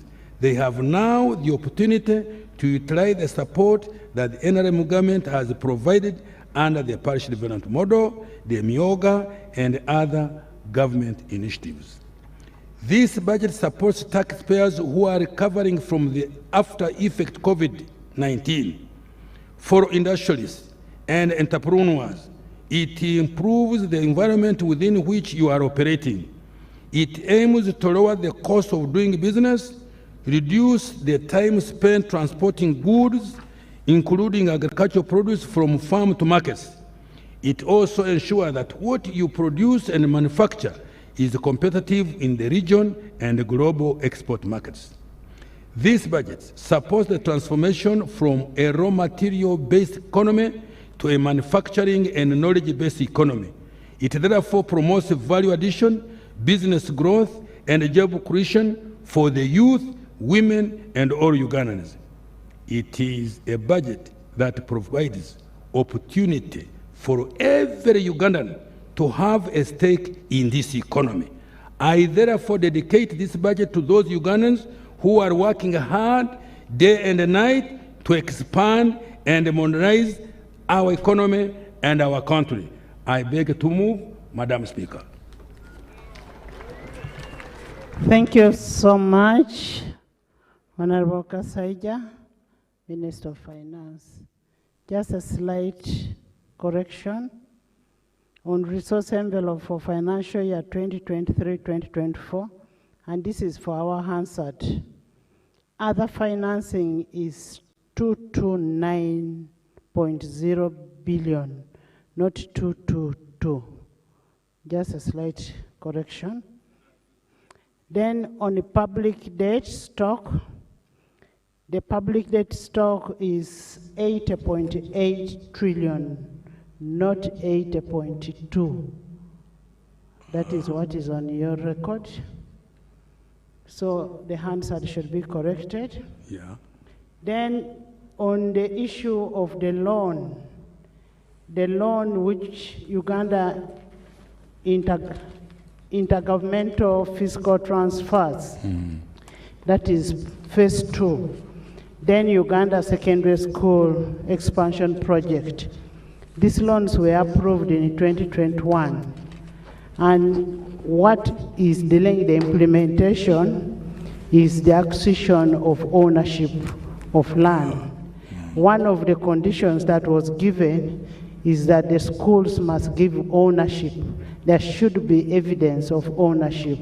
So we request local government and central government to ensure that there is ownership of this land for implementation of the loan. Otherwise, we are already paying the interest. The other issue is on, I had members heckle on the issue of the standard gauge railway. The standard gauge railway, a loan was passed in 2021 by Parliament and was returned in 2023 after change of term of borrowing. The terms of borrowing were changed, so the loan is still with the Committee of National Economy. The standard gauge railway is not completed. The meter gauge railway. The meter gauge railway is not completed, so it is not correct that it is completed. Thank you. Thank you very much, Madam Speaker.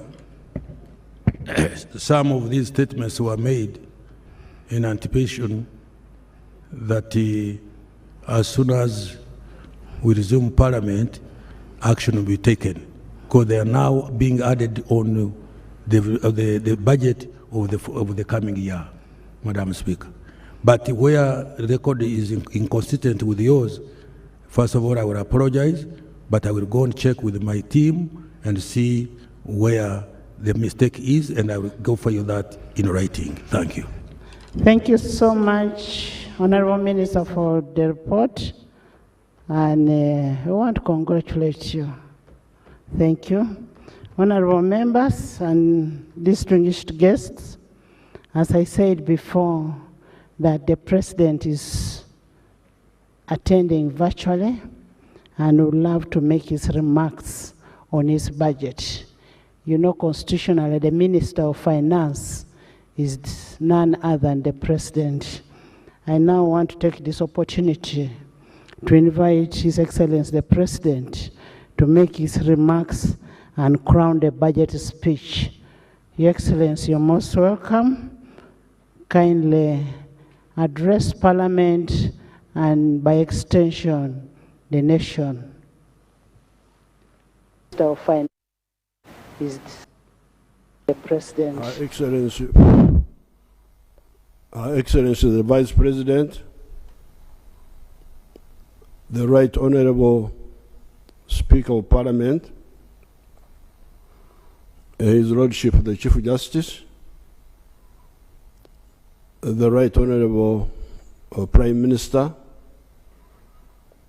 all the other leaders of the state and the party, Their Highnesses, the cultural leaders, ladies and gentlemen, I thank the Minister of Finance for reading the budget on my behalf. As I told you in the State of the Nation address, and as the Minister told you a little while ago, our economy will be US dollars 55.2 billion by the end of the coming financial year. This will mean that our economy will have grown by 37 times. It has increased 37 times in size compared to Uganda's economy of 1986. Therefore, we have done a good job on the three tasks. These tasks should be clear to all of you who get involved in running public affairs. Otherwise, you will make a lot of mistakes. The three tasks are what we call minimum economic recovery. That is what we set out to do in 1987. Minimum economic recovery, number one. Two, expansion of the sectors that had recovered, those sectors which had recovered, to expand them. And three, diversification from the original narrow spectrum of the colonial times of the 3 C's and 3 T's. You remember I have told you many times about that economy of the colonial times of the 3 C's and the 3 T's. The 3 C's being cotton, coffee, and copper, and the T's being tobacco, tourism, and tea. So therefore, number one, we restored that small economy which had been destroyed. That is what we called the minimum recovery. Secondly, we expanded that small economy. That's why, for instance, you hear that coffee, which was 2 million bags, is now 9 million bags. Tea, which was 23 million kilograms in 1986, is now 60 million kilograms. So, number one, recovery. Number two, expansion. Number three, diversification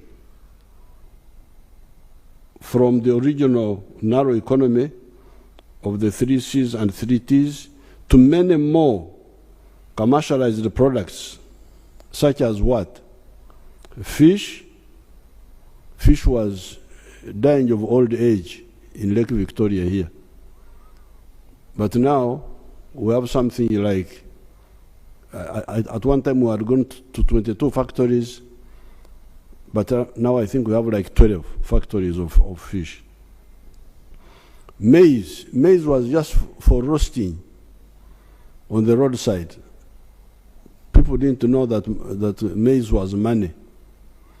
But now maize, in fact, they used to make a distinction between what they call cash crop and food crop. And food crop was supposed not to be cash crop. So maize was cash crop. was food crop, not cash crop. It is now both. Bananas, milk, that's how my tribe had been left out of the money economy by the colonial people. Milk was just for drinking and making the Banyankore women very fat. But it was not a source of money. For money, for milk of selling in the towns, it was coming either from abroad or from Kenya, KCC. Beef, cocoa, beans, gold, etc. All these have now been added.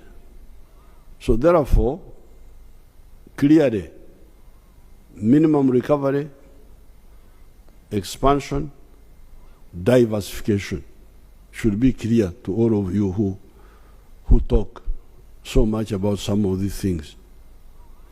Those are the three tasks. But we also added a fourth task, the knowledge economy.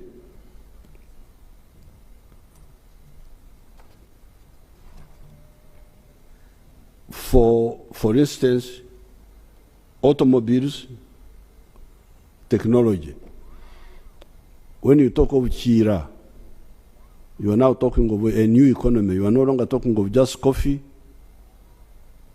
and agriculture and hotels. You are not even talking of simple manufacturing. You are talking of high knowledge, high tech manufacturing. So this is the fourth task now, the transformation, minimum recovery, expansion, diversification of what was there, but also new type of economy based on science and high technology. Example, automobiles, pharmaceuticals, vaccines, etc. This is in addition to some limited industrialization for some of the products in the areas of sugar, for instance, steel products by recycling scrap, soap manufacture, beer, beverages, cement, etc. So apart from the high tech, we're already moving also on that really low technology value addition to our raw materials. And these are very important, very interesting figures. This value addition, sort of partial industrialization, is aimed at two missions. Number one, import substitution. Mulekerawo okusaka, don't import, make locally. But also export promotion. Now, apparently, when I was writing this short speech, when here in my house, when some people said I was in ICU, I think my ICU here is a good one, because it allows me to do one or two things, assisted by my comrade, Mama Janet, who is here, from a distance, as you can see, safe distance. So when I was writing this short speech, I asked my people, and I would like Omguruska Seija and his team to cross-check these figures, but because if they are true, they are very interesting.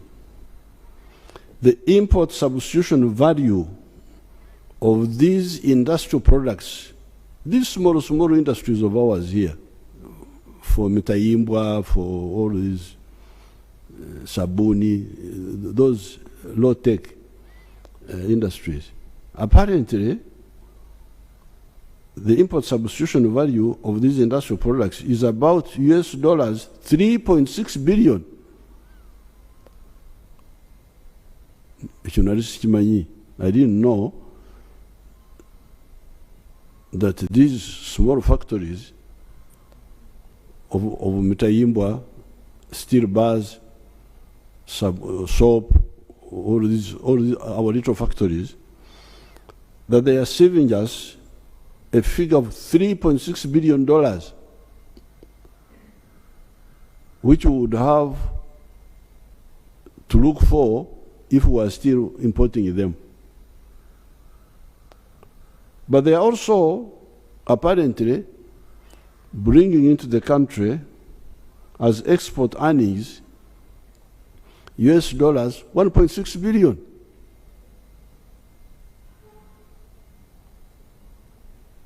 Omukazi omunyankore we yagambira antukahize ngo ebere etutu yo ebere shagama. There was this munyankore woman who was catching locusts. You know, the other time when we had a problem of locusts, when they were threatening us, many people did not know that some of the Ugandans were not happy with me because I killed the locusts quickly.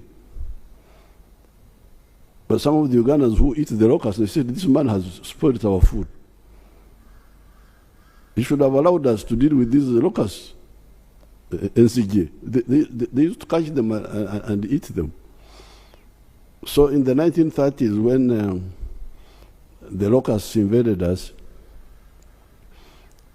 a Munyankore woman went into the papyrus swamp to catch the NCJ, the locusts, and she was carrying a child on the back.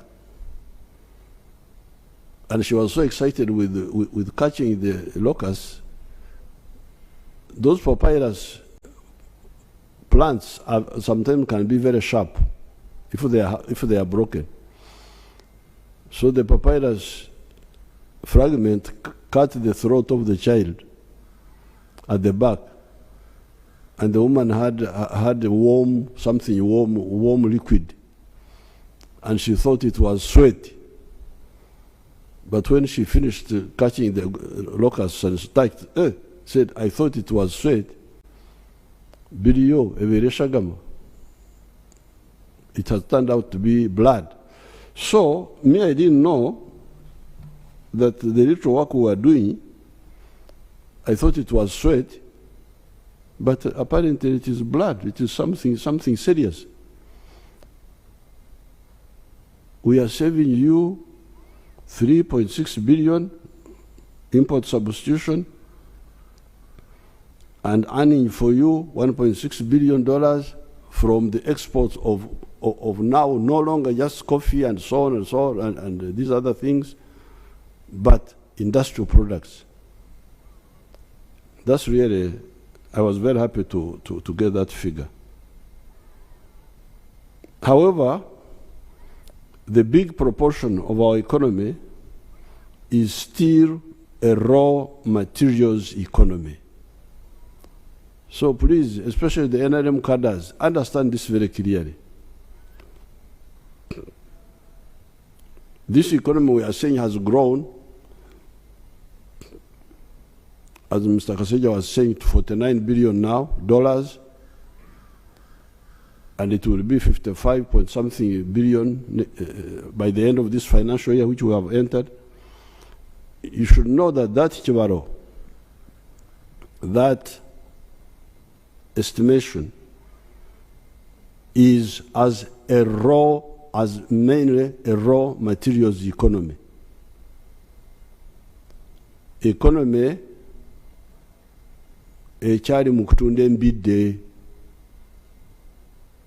selling the embidde, the sour bananas before you process them. Meaning, unprocessed coffee,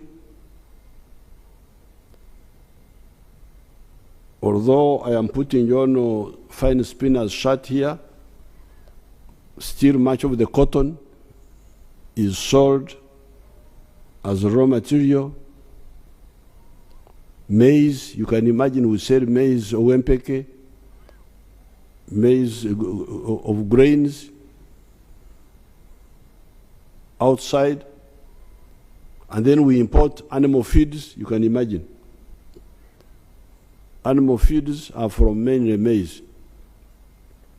You sell grains of maize, you import animal feed more expensively. And our poultry farmers are crying for animal feeds. And the other people of the pigs, and so on. And even the cattle people. Until recently, we have been importing leather from outside. You can imagine, amaliba, skins and hides. Until recently, when I built that leather factory in Kaumu, our people were importing leather from China and from India. Now, this is where, and I was hearing all of you making speeches there, but I am begging you, all the NRM cadres, this is where history demands collective and cohesive action from the NRM cadres. Now that we have got an educated workforce, because now we have got, you saw what Mr. Kasaija was saying, that 80% of Ugandans now can read and write. You heard him saying it there. 80%, literacy rate, 80%. From 43% are literate. Now that you have got an educated workforce, now that we have got enough electricity, now that we have got good roads, and that we are building or repairing the railway system, here in the speech I did not add, but Mr. Kasaija talked about it. We have got cheap money in UDB for industry. Every effort must be made to add value to all our products. Because this is what is lacking now. To add value to all our products. Add value to coffee, please. Why? Because you will get money more than 10 times more when you add value to coffee than the way we are selling it now. To cotton, timber, cocoa, even fish products, although the factories are producing fish, fillet and so on, but we can add more value, apparently. Gold, we need more gold refineries. Iron ore, we don't want to sell iron ore unprocessed to anybody. We need to sell steel, copper, vermiculite. There's a lot of vermiculite in Bugisu there. Phosphates, you can imagine we are crying that there is a war in Europe, so we can't get phosphates now. We have phosphates here in Tororo. The Chinese man who had come there, our people stole money from him. He was stupid. He was giving bribes to idiots and thieves. He should have helped me to get them, and I would have hanged them.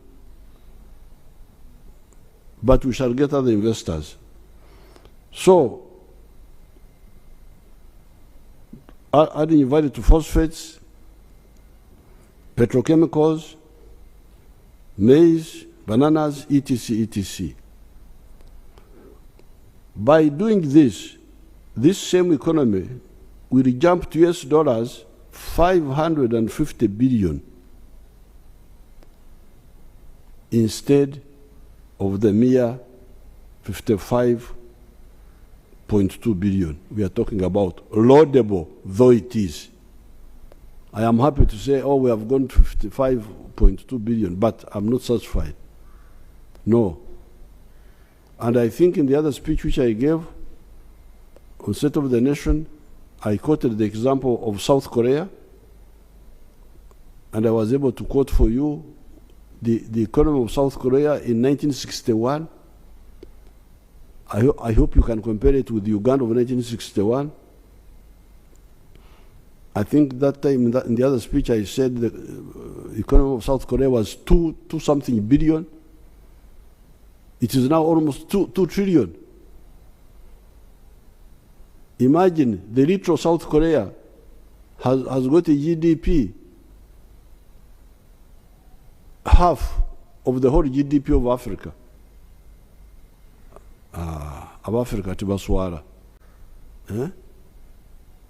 South Korea is half size of Uganda.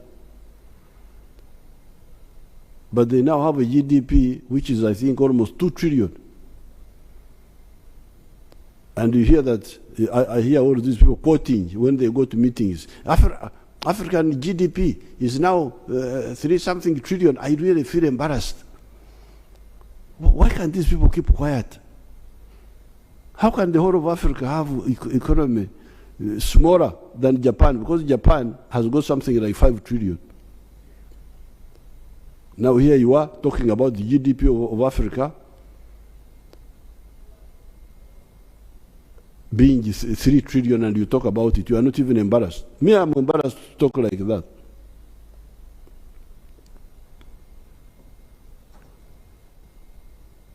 That's what I was telling the NRM MPs in Chankwanzi. You are talking of the oversight. Oversight. Okay, thank you very much. But is it in order to oversight backwardness? And you feel satisfied that I'm overseeing you backwardness? 39% of the people who are outside the money economy, coffee, raw material, which is 100% given away free. We are not, you should talk of transformation. You should be transformation agents. So therefore, for me, I'm insisting. Why do I say that? And I would like anybody to challenge me after this, when I get out from this corona. I will be able to face anybody who wants a challenge.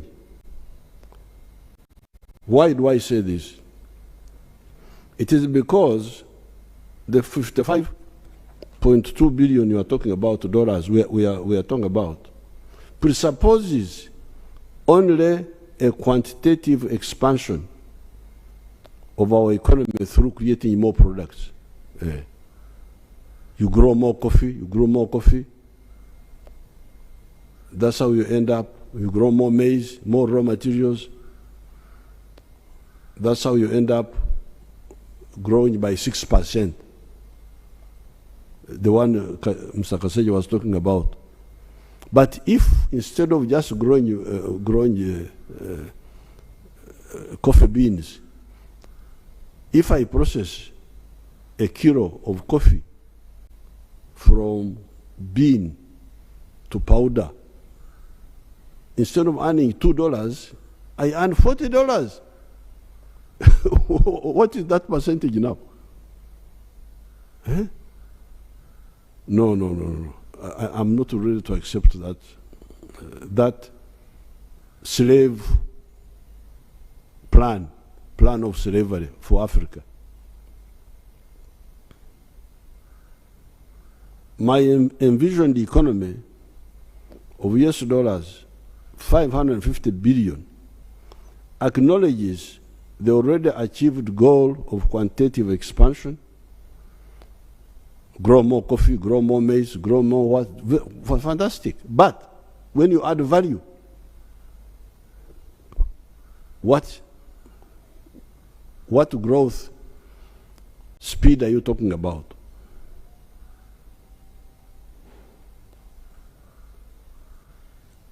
But adds another element. My envisioned economy of the US dollars 550 billion acknowledges the already achieved goal of quantitative expansion, but adds another element of qualitative leap through value addition. This is what I'm talking about. That is not all, however. Remember, there are still 39% of our households that are still spectators instead of being part of the players. These are the bakorele chida kyonka, teach me ichkeken, working only for the stomach. Here below is a report written for me by Major Gaba, one of our army officers, about one of our wealth creators, Nyakana of Rwengaju, near Fort Portal. This army officer wrote for me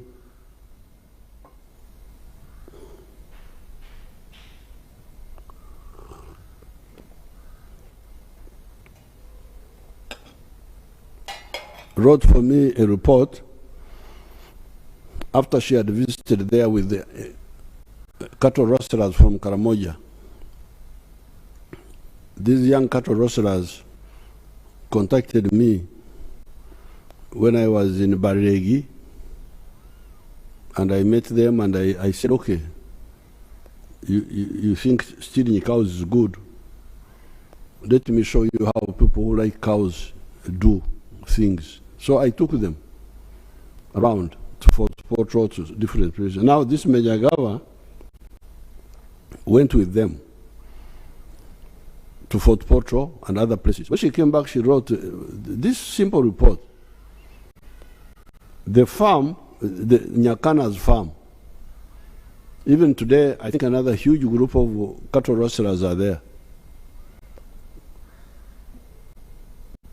Mr. Nyakana's farm sits on 1.25 acres and does the following economic activities.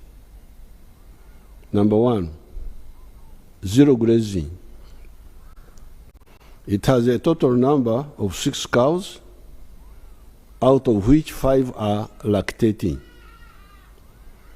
These 5 cows produce 116 liters of milk per day. A liter of milk in the area ranges between shillings 1,000 and 1,200. Earnings: he sells 100 liters per day and spends 40,000 per day on their feeding. So that is 100 liters times 1,000 shillings, that's 100,000 shillings, minus 40,000 shillings expenditure. So his daily net income from cows is 60,000. This is net now. He has removed the costs. So daily 60,000 times 30 days, 1.8 million a month, times 12 months, 21.6 million from milk on 1 acre, 1.25 acres. Then his other enterprise was poultry, is poultry. He has got 7,500 birds. This is the language, of course, I don't use myself, because I don't enkoko are not enyonyi. this buyai of foreigners which you copy. Enyonyi is enyonyi, enkoko is enkoko. You can't say enkoko is enyonyi. You must be mad. You can't be from Africa here. I've even had some people calling cows animals. Animals. I feel like fighting. You cannot call my cows animals. They are cows. Ente is ente. Enyamaishwa is enyamaishwa. So please, deal with your foreigners, but don't bring your confusion to us. But now, she's the one who wrote this. That Nyakana has got 7,500 birds, out of which 4,500 lay eggs. He collects 120 trays of eggs per day and sells each tray at 12,000 shillings. Earnings, 120 trays times 12,000 is 1.44 million per day. But feeding these hens, what they call birds, he spends 1 million for feeding the hens, and another 40,000 for labor costs. So out of the 1.44 minus 1 million for feeding, then minus 40,000 for labor costs, this therefore leaves him with 400,000 shillings as a daily net income from chicken.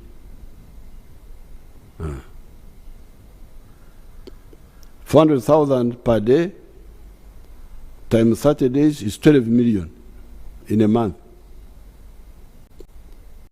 12 million times 12 months is 144 million net. This is somebody in the village. He has got net 21 million from milk, and now has got net 144 million from eggs. Then he also has feeds processing mini factory. He has feeds processing plant which produces feeds for cows and chicken and pigs. He also has got manure. He produces manure for his farm and also sells out to other people at shillings 600,000 per month. Then he produces also gas production. He produces a lot of gas from his farm and has plans of packing it in cylinders for sale. So I'm going to get Major Gaba's report, put it properly in a glass cover, and put it in the Uganda Museum. Not my own speech, no, but what Agaba wrote for me. Because I want history to come and see what I've been telling you, what you can do from 1.25 acres. Because I'm tired of talking as if I want you to come and clean my house or look after my cows. So I'll put it in the museum. Not my speech as a whole, but this report by Major Gawa, because she wrote it very well. That's how I put it in this speech. Nyakana now employs 15 people on this 1.25 acre farm. Some time ago, I pointed out that if 7 million 1 acre farmers created a mere 10 jobs each, not Nyakana's 15, would create 70 million jobs, more than the population of Uganda.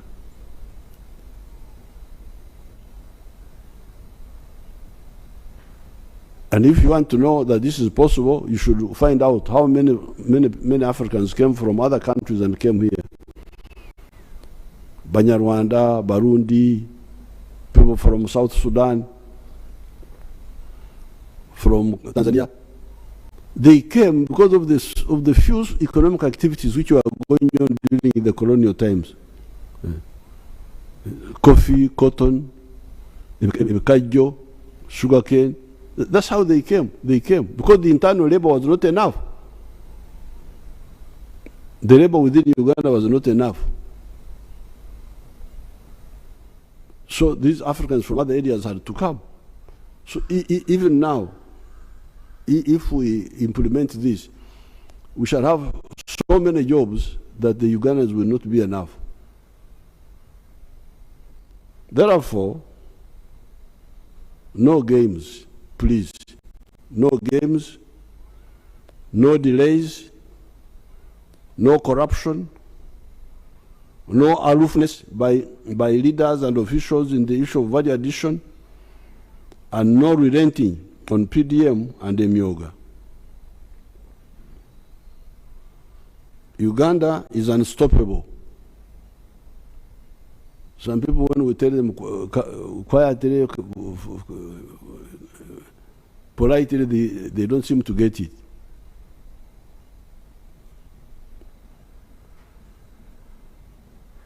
On the side of agriculture, I did not talk about irrigation, solar-powered irrigation, because that one is very, very crucial to be able to stabilize agriculture.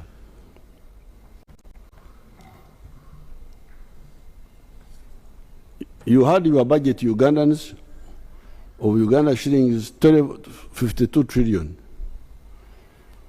While I support that budget because there is no other solution in the short run, it is important to know, Honorable Kasaija talked about it, but it should be highlighted, to know that shilling 17 trillion of that budget is to pay debts. He talked about it towards the end of his speech. He talked about it, but it should be highlighted. The 52 trillion you are talking about, 17 trillion of it is to pay debts. Amabanja. Many of these debts were being pushed by the neo-colonial public servants until recently, when I put down my foot and insisted on approving every loan. That's why you hear that these loans take time now to be approved, because I insisted I must approve of every loan, external loan. Because all this money was not worth borrowing. If you audit it, it was not borrowed for a good purpose.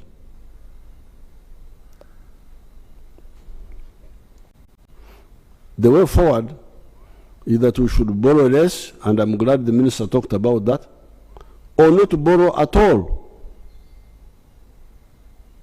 With the discipline, we do not have to borrow at all. URA is also still under collecting taxes. Those URA people, I saw Mr. Msingus there in the TV there, but they are also not doing a good work. Their tax GDP ratio of 13% is not serious. In Europe, countries like Holland, our tax GDP ratio of 39.7%. However, we say in our language here, ekitata muhima tekimala konte. When a cattle keeper still has life, he will get new cows, even if the old ones died. We shall learn from the mistakes of the past and perform better. Now, what I want the NRM cadres to understand is that in order to do the industrialization I talked about, we don't have to use government money. The government money has already been used on the basics, infrastructure, security, and so on. The strategy is to handle well the private sector. Private sector can help us industrialize our country, provided we handle them well. I want to thank all the Ugandans who have been praying for me. I've been watching you praying for me at the National Chairman's office, Babaranda and Hadija Muzukuru, praying in All Saints Church, praying in signing the board here near the gate, and all the others who have been wishing me good luck. I appreciate really.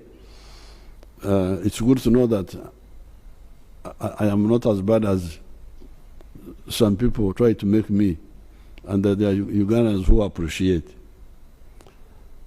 I also want to congratulate our people in Bukedea. What Right Honorable Speaker spoke about, I was following our guard there, a call, was elected as chairperson with a big majority after the death of the other of the chairman, who was also NRM. I congratulate all those who are involved. I congratulate Right Honorable Anita Among, because she was she helped us a lot. It's not illegal for Speaker to have a clan. Is it in the Constitution that a Speaker must have no clan, including a political clan? So if it's not unconstitutional, then I want to salute her. And the NRM people who stood down, because there were NRM people who stood down for our call. So I thank you, and I wish everybody good luck. Next time when I come on the TV, I will talk about Corona, because now I am an expert, and I'm also a veteran of Corona. So you count me among the veterans. Thank you very much.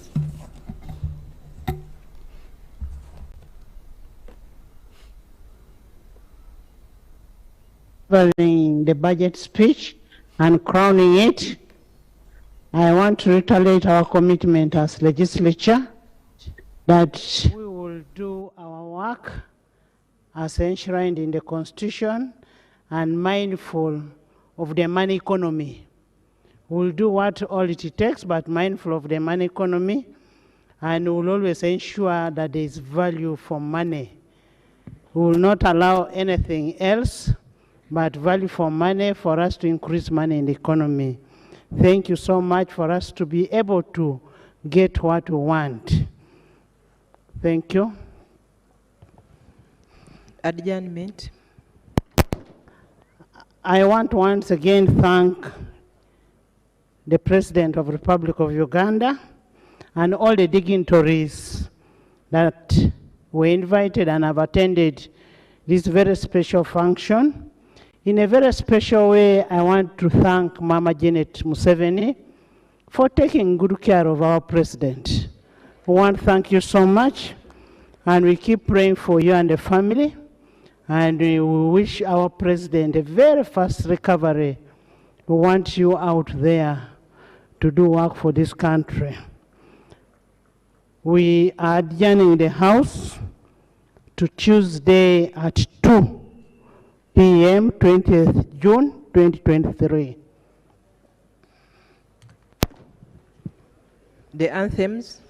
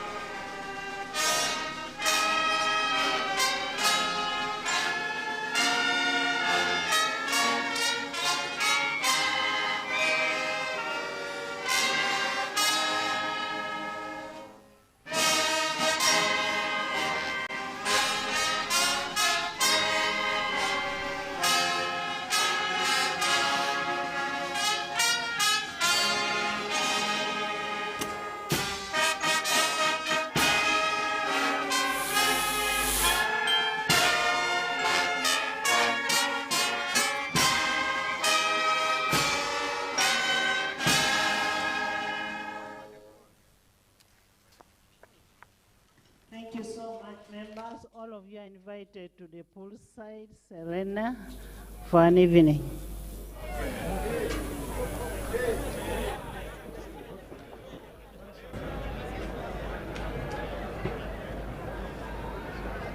So, a good evening to all of you. My name is Timothy Nyangos, and this is UBC. Even as we get to the end of this national budget reading 2023-2024, a lot has been said. The president was here just a few minutes. He addressed a few things about import substitution and also spoke a lot about, you know what, this oversight role, what does it get us unless we get out of this poverty?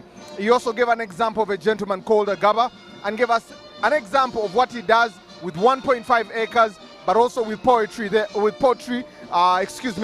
but also we looked at Minister Honorable Kasaija giving us details of the budget reading and giving us a lot of details of what should be happening. So the ministers, the members of parliament, the speaker, the deputy speaker are all beginning to disembark. We hope to get some of the guests to come and give us some of the details of what their thoughts are on the budget and what they think it has done there. I've just been joined by Honorable Bahati here. Good evening, sir. How are you, sir? I'm okay, thank you. So your thoughts on the budget reading and also the projection of 2023-2024?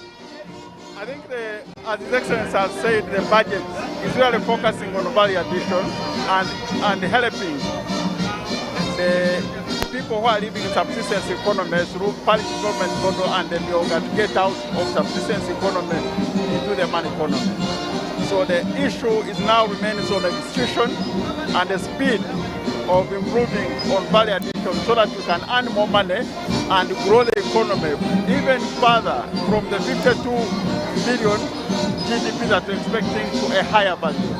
Honorable Bahati, when you look at some of the example the president has given of 1.5 acres and also the 4-acre model, what are your thoughts on that, especially when we look at the young people and the economy he's talking about there? Yeah, if each one of us focused on value addition, focus on making sure that the little land that we have, we use enterprises that can add value, then we will be able to employ as many people as possible. So the issue is commercialization of agriculture. The issue is value addition. And the issue is making sure that we implement things and implement them with speed, we fight corruption and make sure that the economy grows. Also, as a Minister of Trade, looking at trade, bringing the informal sector into it, how are you going to be able to do that, especially looking at a big informal sector to bring it into the tax base, to widen the tax base? How are you going to do that, sir? On the perspective of trade, we have great opportunity in the sense that now we have secured markets across the East African community. We have a huge market of 1.2 billion in the Africa continental free trade area. So as we encourage production, as we encourage value addition, we should be able to take advantage of these huge markets that we have negotiated. His Excellency President Museveni has negotiated and endorsed. So you have quite a bit of work ahead of you. The last one I wanted to ask you, Honorable Bahati, is the import and the export there. The president raised that, and your thoughts on bringing that balance of trade there. Is it possible, especially when you talked about import substitution? The pathway through increasing, reducing the balance of payment is through export promotion. And export promotion will be through value addition and will be taking advantage of these markets abroad. And that's the way to go. Thank you very much. We appreciate.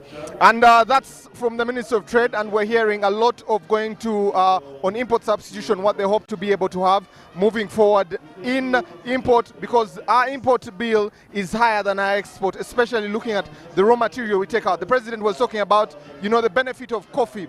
Africa only benefits 2.5 billion shillings out of the 25 billion shillings in coffee, and that's just the whole continent there. Now I have the minister coming in, and we're going to be discussing PDM, Emyoga, all these things that the president is talking about, the success rate, and looking at it going forward there. Honorable, good evening, how are you? And your thoughts on the budget reading and also the president's speech there. I want to concentrate on the president's comments on the budget, particularly on how we can work on how we can use the small pieces of land to make income. If we could adopt this, we could generate the number of jobs we want, we could get the amounts of monies we want, and we would really achieve our goal of bringing every Ugandan into a money economy. And Minister, even as you've spoken about that 1.5 acres the President spoke about, we have a lot of land fragmentation, a population that is growing at 3.3%. How do you hope to solve this problem to have this idea be implemented? You see, if you got the President's message very well, it was targeting those who have already fragmented their land. He has been saying people should be, especially families, should be encouraged not to subdivide land, especially when the founder of the household dies. But where it has happened, how can we use the small acreage we have to still derive the necessary benefits from the land? And the solution is on the example he gave. If we can follow his example, then we are good to go. Honorable, my last question is about PDM. The lessons you have learned in this first year there, what are you going to change or do different in the next year when you get the 1.1 trillion shillings there? PDM, we are on course. In the initial year, we shall manage to distribute the 100 million, and this year also we are going to send another 1.1 trillion. We are not looking behind on PDM, and progress is there. In some areas, people have started accessing the money, and where they have not, the preparations are underway. They are finalizing to see all the targeted beneficiaries start receiving money. So it is something which will really move.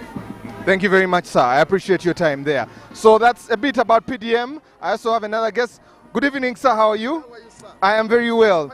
Your thoughts about the budget reading today and also the projections that have been given for 2023-2024? Yes. Thank you very much. My name is Adriko Yovani, represent people of Vura constituency, Arua district.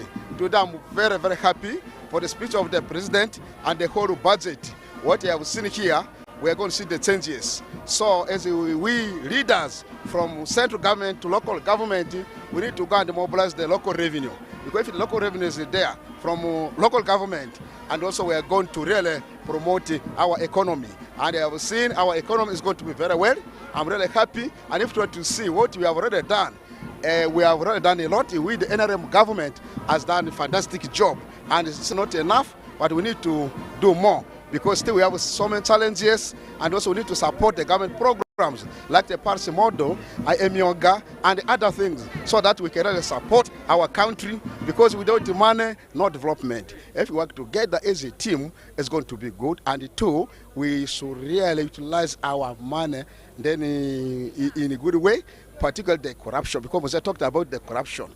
Yeah, because if our money, as we're going to use it in a good way, or without corruption, I'm sure we're going to develop this country very well. Because in other ways, sometimes the budget is well, but when it comes for implementation, if the corruption is there, it's going to affect our development. But this time we're going to be very serious to make sure we should protect our environment, we should protect our budget, so that Ugandans must benefit in this country. Because we have so many issues, like the electricity, like the roads. For example, West Nile, there's no electricity. This time, the process is going very well, because we are going to really extend this electricity then to West Nile. We need the weather to be then to be connected with the other side of the country, so that we can really bring the development to our people. And through this budget, I'm sure that we are going to improve, so that our people are going to benefit in this budget, because 52 trillion is a big money. So that I'm sure then as we work together, so that we can really then support and also really to make sure our economy has to grow. Thank you very much, Honorable. I really appreciate for your time there. Thank you very much. Okay, sir. Thank you very much. Honorable Sarah Pendi, one of the ladies that we know has stood for, especially the morals in this country, and championed anything that is futuristic in this country. Good evening, madam. How are you? Good evening. I'm fine. I'm fine, and I hope you're fine too. I am very well. Your thoughts on the budget reading, especially the president's speech and also the Minister of Finance, Honorable Kasaija? I think we still have a lot to do as a country.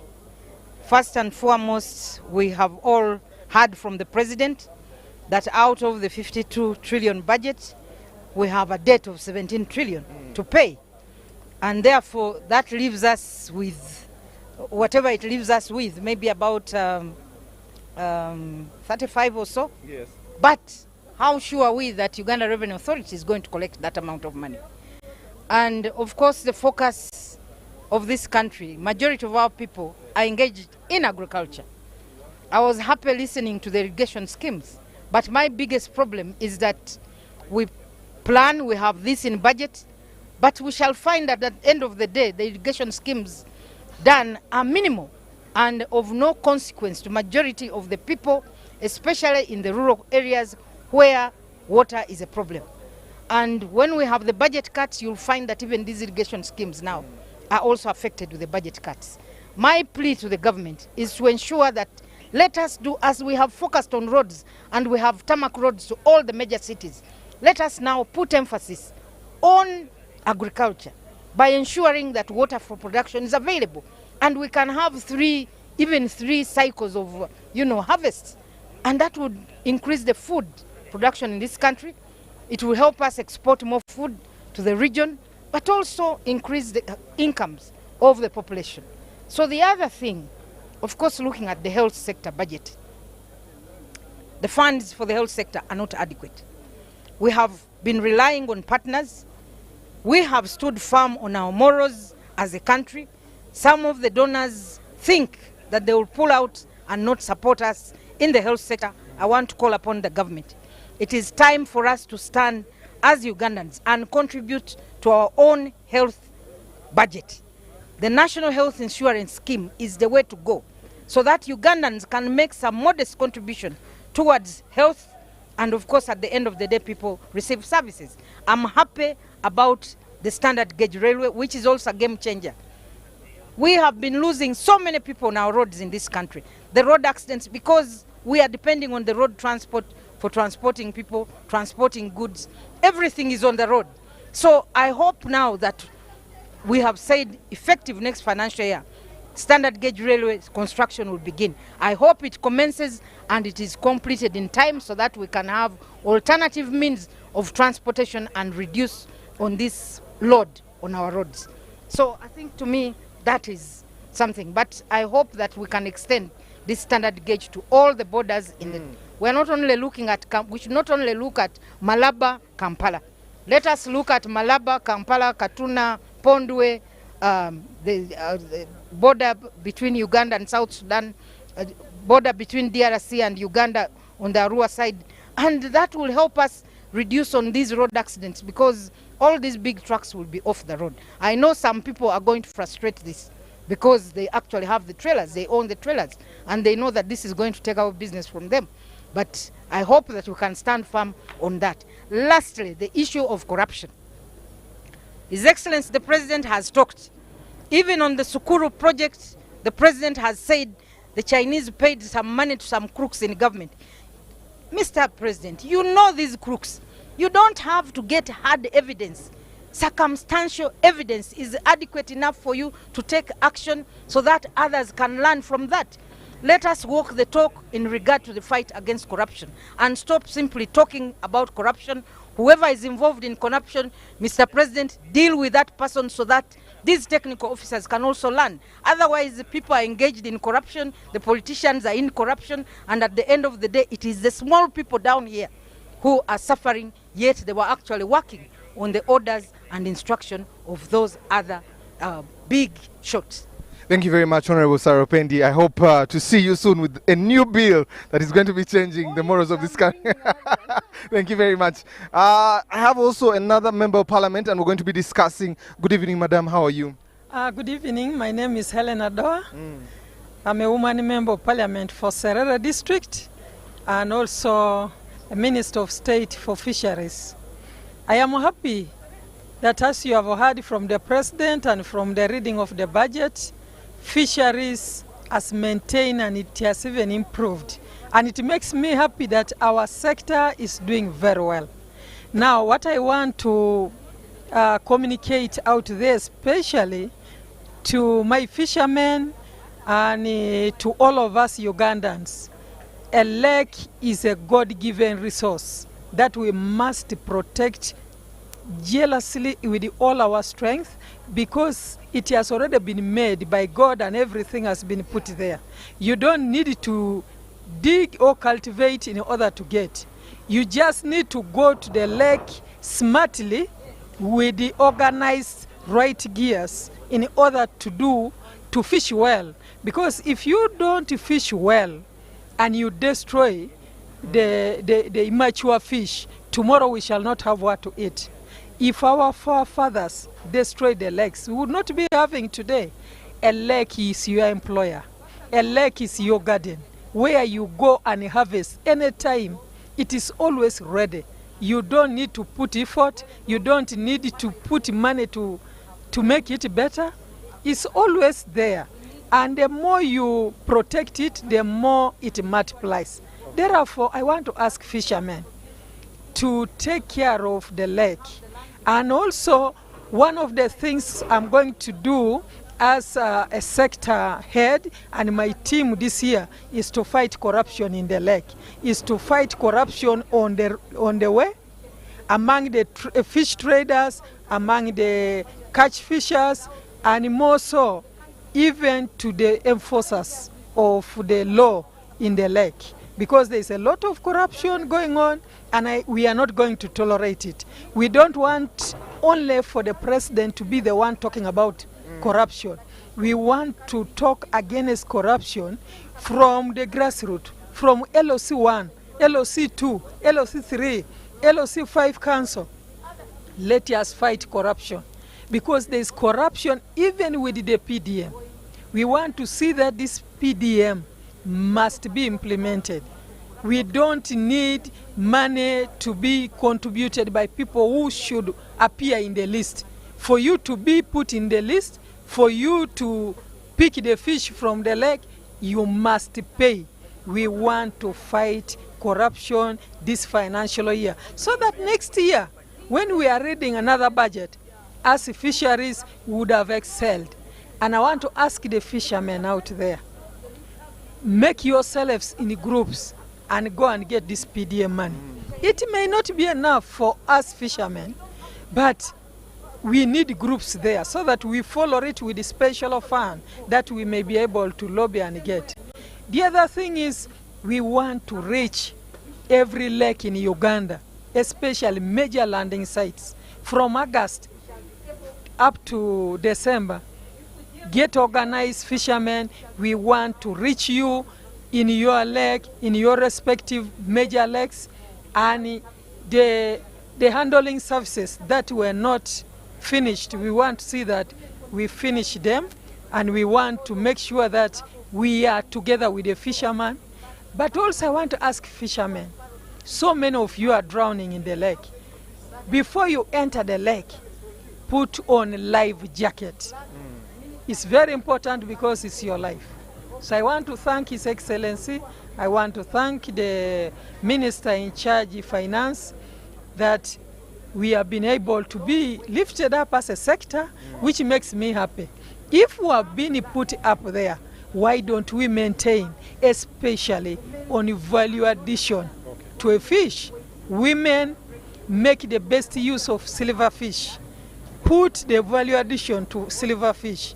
I have seen Kindi women, and I want other women out there to buy clean, to buy, to put silverfish, pack them, and so that we are able to extend the lifespan of a fresh fish to be exported when it is already put value addition. Thank you very much, Honorable Helen. We appreciate that. And even talking about the value addition, which the President has been stressing there. And right now I want to invite Honorable Wang to be able to discuss, especially the thing that is human capital development. How far have we gone with it? He is the Minister of Sports in this country. Good evening, sir. Good evening. First of all, when you talk about human capital development, talk about education, health, water, and means of gender.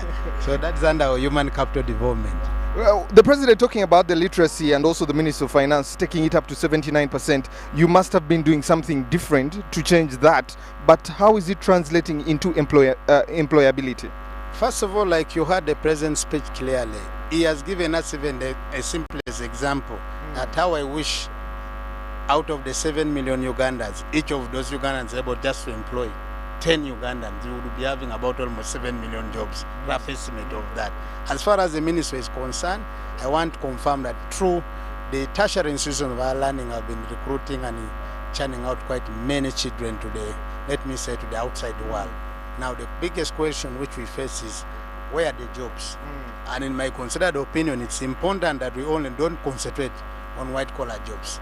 There are new government initiatives where we can be able to get money to set up our own businesses and begin to earn and begin to employ ourselves. This is an area where I want to encourage most of the Ugandans, most of the young people, because there's money at every level now. I want to confirm that.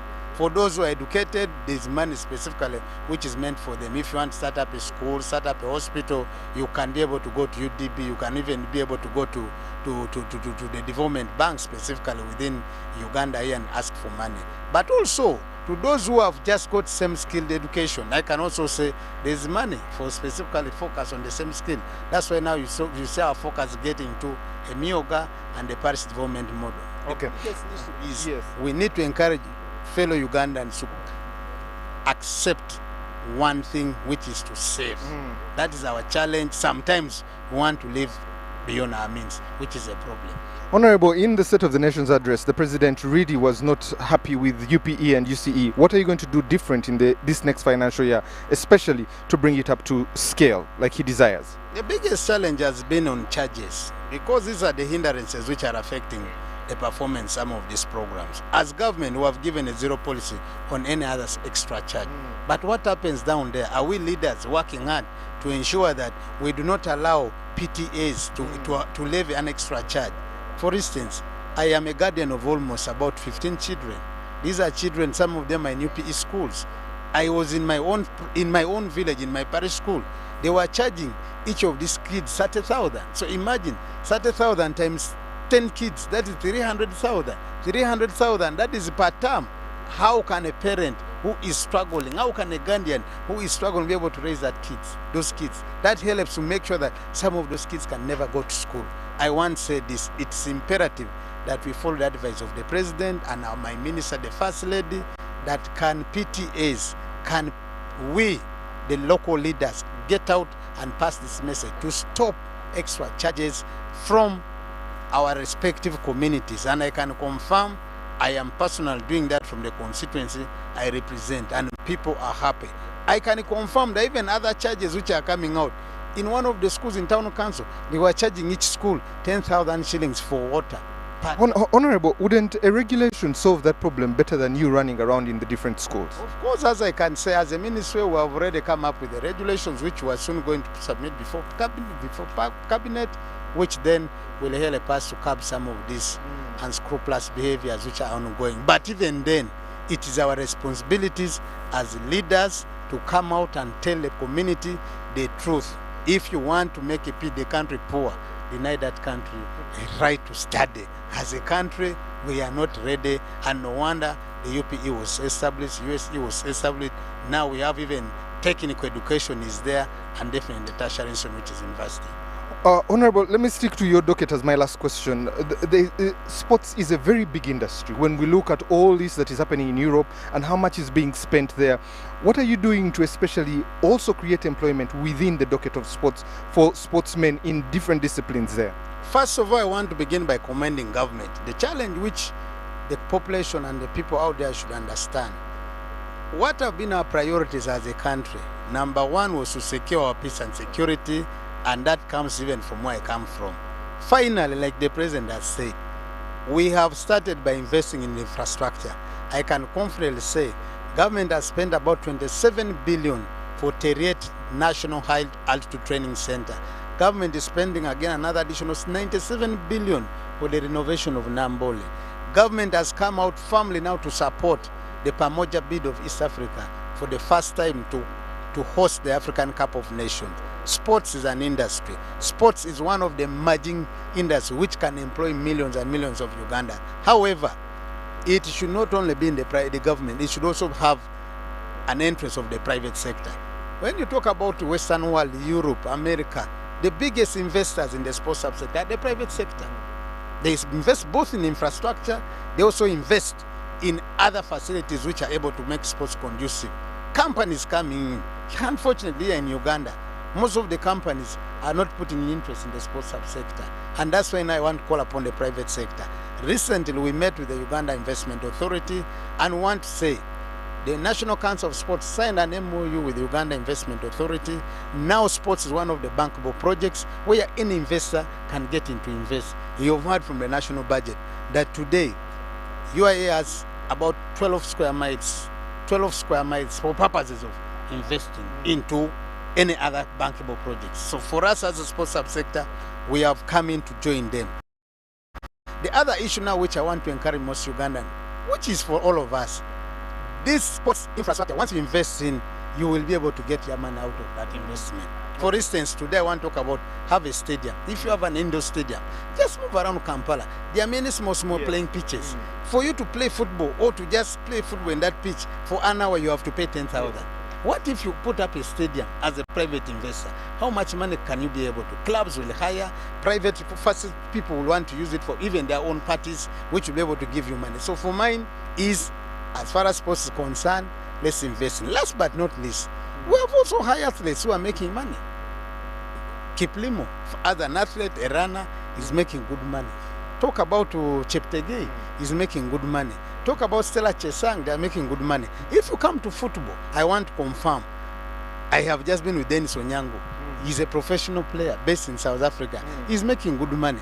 What we now need to put in more emphasis to develop football academies, have athletics camps, which are able to have tennis camps, which are able to get us talent, which talent we are able to export to Europe for purposes of bringing in much more foreign direct investment. And I want to promise you, I have about 3 netballers who are in the United Kingdom. I have now young children who are moving into Europe to play football, and I can guarantee you we are going to do well. So as far as the sports subsector, I want to conclude by saying the Pamoja bid, let's all join government to support the joint bid of East Africa to host African Cup of Nations. Thank you very much.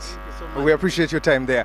From us here at UBC, you have heard what is happening there, especially in sports, but also human capital development, specifically education, UPE, all these things in the next financial year. There are a few changes they'll be making there. But from us to you here at UBC, my name is Timothy Nyangweso. Have a good evening and God bless you.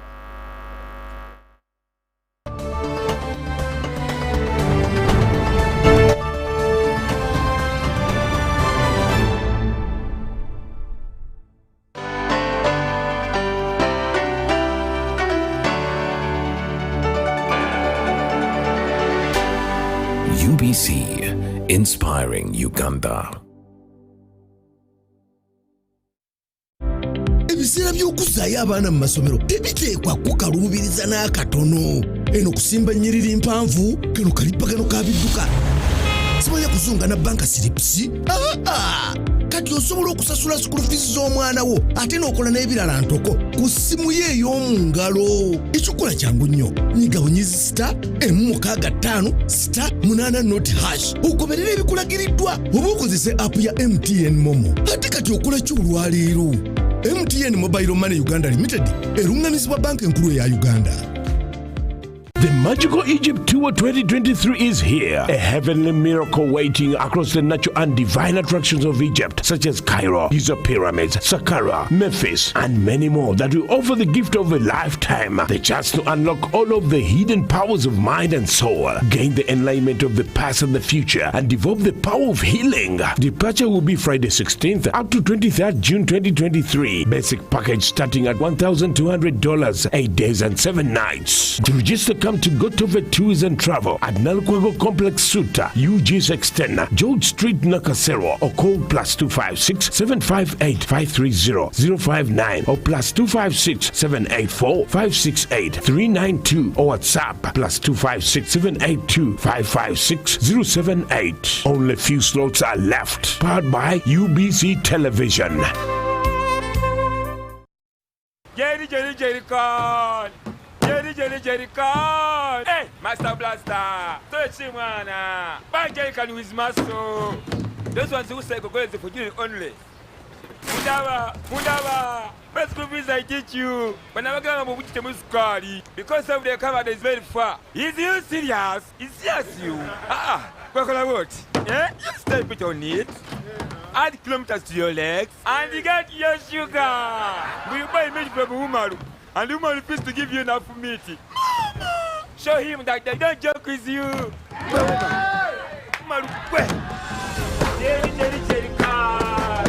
Okukakaluka n'okulungi kwetaagako omuntu akuyambako n'olwekyo tujja kukuteerawo embeera esaanidde osobole okukola ekisinga awamu teri kitulema.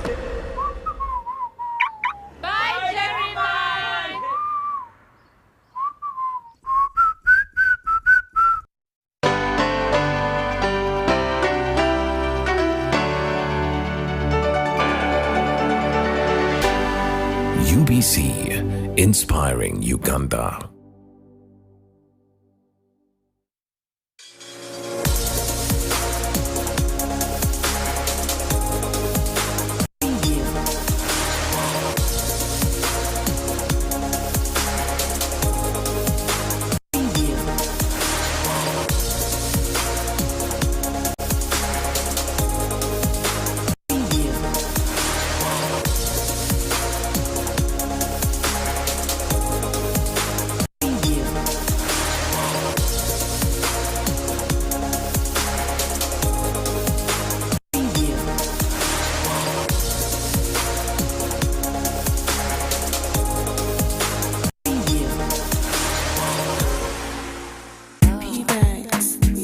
Yeah, you don't know what you're doing to me, you don't know.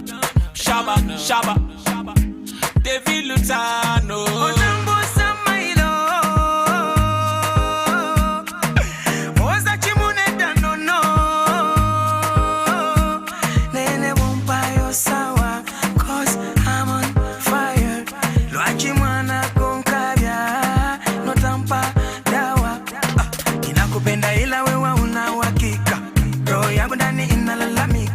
Lako pangu imekuwa patashika, ninaomba dada unipe dakika.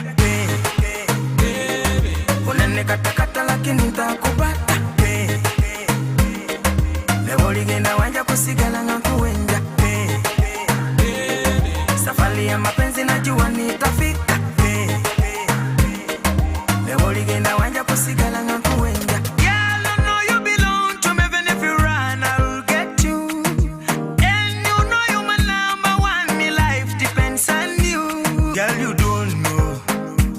You got to know more. Chakunda bam very fine. Go mukwano kwa bana batona walaji. Oh.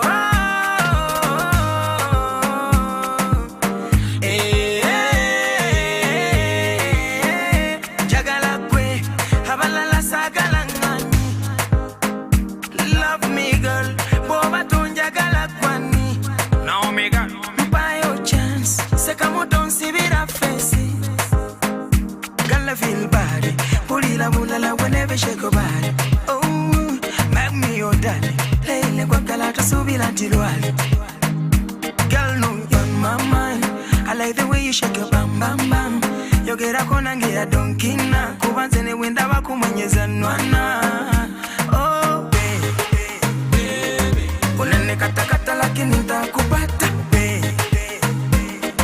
Leo ligenda wanja kusigala ngakuwenja. Safari ya mapenzi najua nitafika. Leo ligenda wanja kusigala ngakuwenja.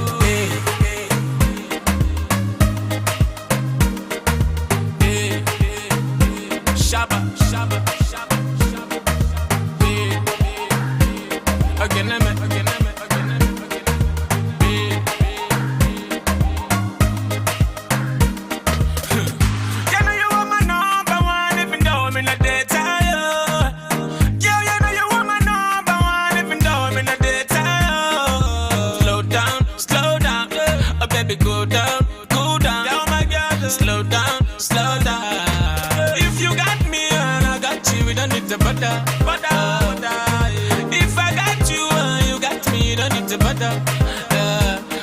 Baby, follow me, follow me, follow me. Move your body, so, move your body, so.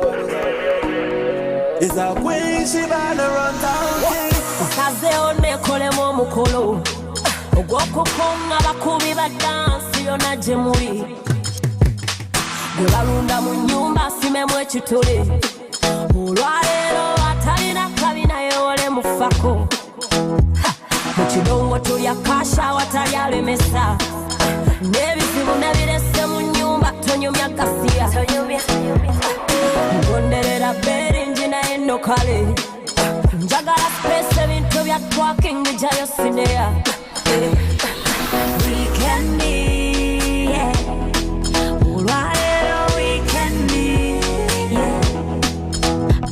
Just wind around and roll it. Baby girl, just shake it. Wind around and roll it. Baby girl, just shake it. Everybody go. Every man I need a pretty girl, pretty girl, pretty girl. Everybody go. When you hear the sound, baby take your body low. Every man I need a pretty girl, pretty girl, pretty girl. Tell me why you fight like this. You're just a freak on you. I hope you know the kids aren't there. And I hope say you love now. Run town. Take you out, take you out. Only thing on my mind is take you out. Somewhere far, far away. Take you out, take you out. Only thing on my mind is take you out. We can be, yeah. Olwalero we can be, yeah. Just wind around and roll it. Baby girl, just shake it. Wind around and roll it. Baby girl, just shake it. Everybody go. Everybody go. Everybody go. Tuzine tunywe tuchankalanye omukolo. Oh baby, mukwatako mpulira omuliro mutima. Cause an inexperience so temutya. Yeze chikiri commander omupya temutya. I like the way you go down, baby come we go down. Twambuke ngawe tukirira obusozi. Enjoy my body and I'm gonna show you fire. Kana kazanyo nakafuna mwe baluwa. We can be, yeah. Olwalero we can be, yeah. Just wind around and roll it. Baby girl, just shake it. Wind around and roll it. Baby girl, just shake it. We can be, yeah. Everybody. Yes, so coming in from Shiba Karunji and Runtown, starting us off today. That jam right there, Weekend was released 5 years ago. Whatever happened to Runtown, I think what he suffered is not different from what some artists have suffered, those who are under recording labels. Because when he fell out with his record label, things turned south. You know, labels in most cases, you know, they literally do everything from marketing you, handling production for the video and audio, publishing for you. Though in countries like Uganda, there are a few exceptions where you find that the artist is the bankroller, in simple terms. That I can be here, I'm the artist, then I have maybe my friend Babzi as a manager, you know. So I can hire and fire that person, you know, whenever I want. You get. And it's very tricky for an artist who's under a label because, I mean, you do not have that financial muscle. And in most cases, we've seen some of them losing out, from Cynthia Morgan to the likes of Two-Face Adibia, from Two-Face Adibia to Tu Baba, from Kiss Daniels to Kiss Daniels, amongst others. Some have even lost their stage names. You have to twist it a little bit. So it's you know, important to have you know, a bankroller even when you don't have a manager, because when you have someone that is financing your music, then you are good to go. Anyways, welcome to the show. Welcome to the show. We continue to pray for our president. That is His Excellency President Yoweri Kaguta Museveni. He's been giving us updates on his social media platforms as far as his health is concerned. He tested a positive for COVID-19, but he says this is actually, I think, the first time he's going on an official leave, and he's been communicating. He's not in dire state. Like some of you people love bad news. You love sharing fake news. The president is okay. Only that he didn't want to mix up with people. You know how COVID is, you know. But yeah, he's still doing his work, though, you know, not in the public, you know. But we wish you a quick recovery, His Excellency President Yoweri Kaguta Museveni. Today is a Thursday. We have a lot for you today on the show. Some new music, some old music, as you will be finding out in a bit. For now, let's jump back into some more music. When we come back, I'm more with you as we continue with the Jam 101. Here we go. Well, it's Palazzo one spiller, alongside Shady Mr. Blitz Killer. Hey yo, head this fresh shot spiller, Shady Mr. Blitz Killer. Did not love Hiller, did not solve Godzilla. See, I was hard on the mic, I was new, my name, the yo. Try to make me fall in love with them. I didn't know if they love me for me, yo, just for the fame. And that's the reason why I didn't back to shooting my game. So don't blame me for the trouble I was posing. Cause all the sexy girls came to me racing. I brushed them off, they never give up chasing. You can ask AK, he said just the same thing. Jose, when my deni Jose, when my demuna Jose, on pesa sensitiva, I'll be ready to go. Bobango si mi toala, bobango si mi toala, yabo, baby toala. Yo na jolaga enakuya no madanze toala, bobango si mi toala.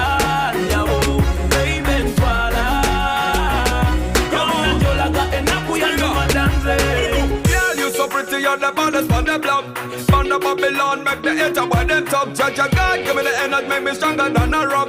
Me need you now, me love you better than a million bucks. Kutwale, Resibyo de Kuzange, Dale. Zigiri za Kutwale.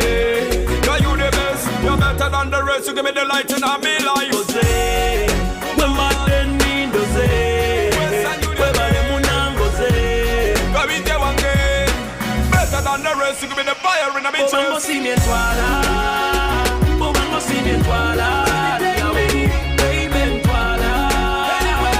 Yo na jolaga enakuya no madanze toala, bobango si mi toala, baby toala. Yo na jolaga enakuya no madanze. Na bamba simanyi jenda gabo gamba tugende, ndaira situnula mabega.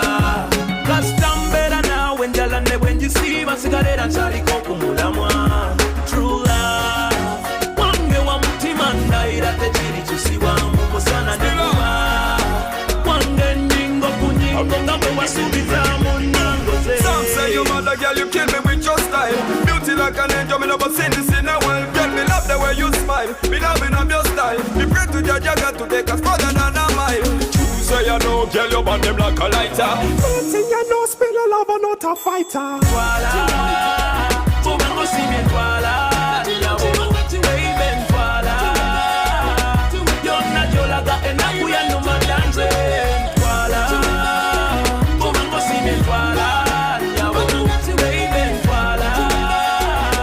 Yo na jolaga enakuya no madanze.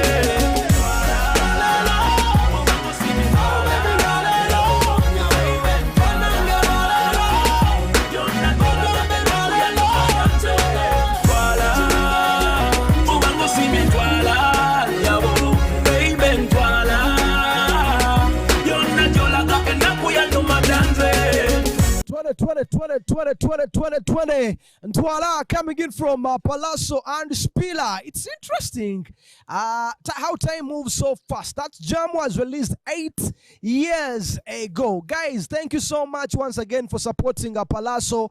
You turned up in big numbers. Yes, like they say these days, until Lugogo cricket over Yasabia Amazi, it asked for water. On the other end, Chaliwa Fe, Alien Zelensky ne yakubye Freedom City neuma. So it's been a good week, I should say.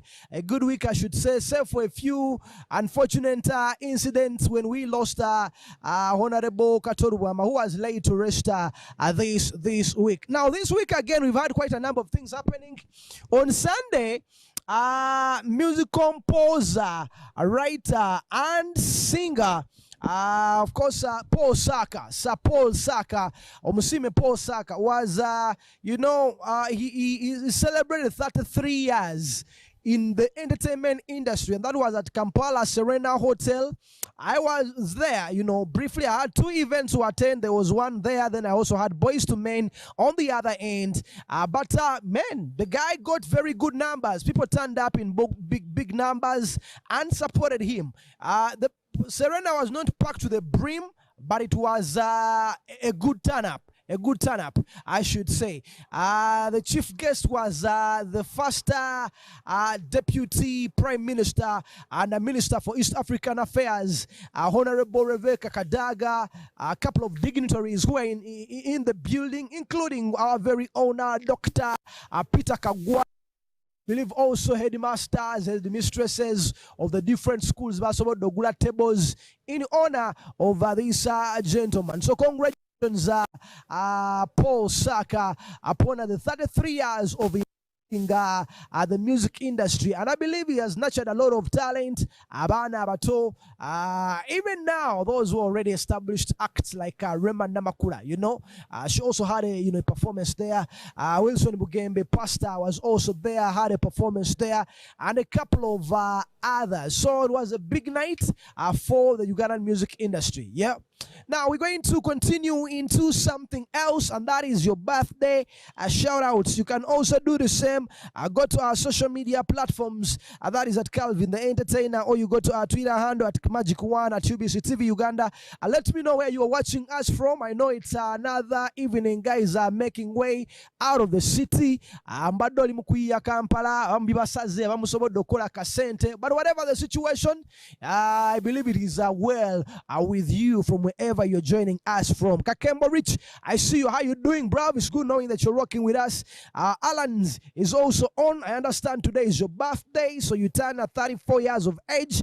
Regards going out to you, Pamela and Kunsi, also a big fan of the show. Maybe lastly, I want to send a shout out to you, Norton, of the NG Films, all rocking with us.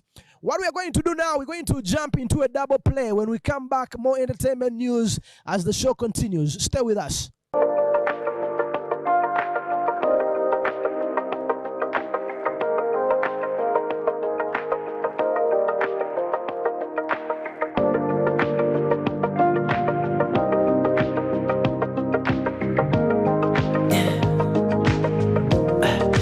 Tell me what you really like.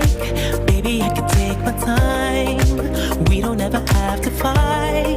Just take it step by step. I can see it in your eyes, 'cause they never tell me lies. I can feel that body shake and the heat between your legs. You've been scared of love and what it did to you. You don't have to run. I know what you've been through. Just a simple touch and it can set you free. We don't have to rush when you're alone with me. I feel it coming. I feel it coming, babe. I feel it coming. I feel it coming, babe. I feel it coming. I feel it coming, babe. I feel it coming. I feel it coming, babe. You are not the single type, so baby, this the perfect time. I'm just trying to get you high, faded off this touch. You don't need a lonely night, so baby, I can make it right. You just gotta let me try to give you what you want. You've been scared of love and what it did to you. You don't have to run. I know what you've been through. Just a simple touch and it can set you free. We don't have to rush when you're alone with me. I feel it coming.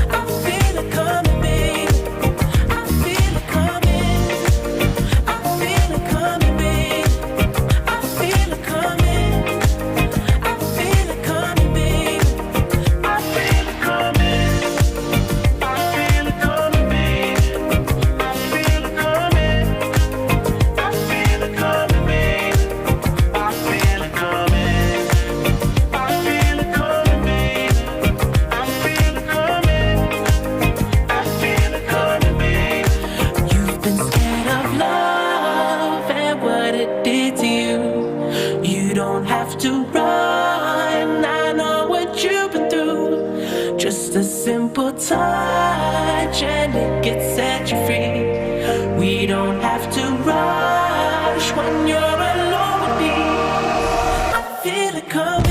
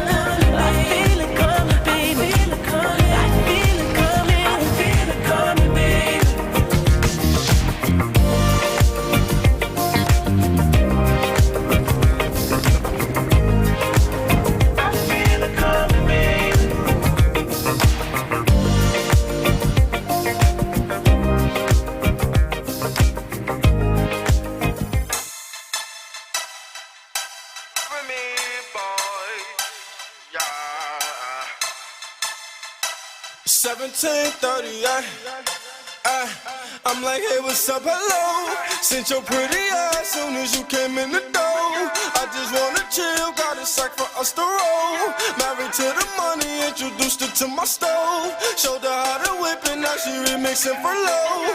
She my track queen, let her hit the bando. We be counting up, watch how far them bands go. We just set a goal, talking matching Lambos. At 56 a gram, 500 grams though. Man, I swear I love her, how she work the damn pole. Hit the strip club, we be letting bands go. Everybody hate who we just call them fans though. In love with the money, I ain't never letting go.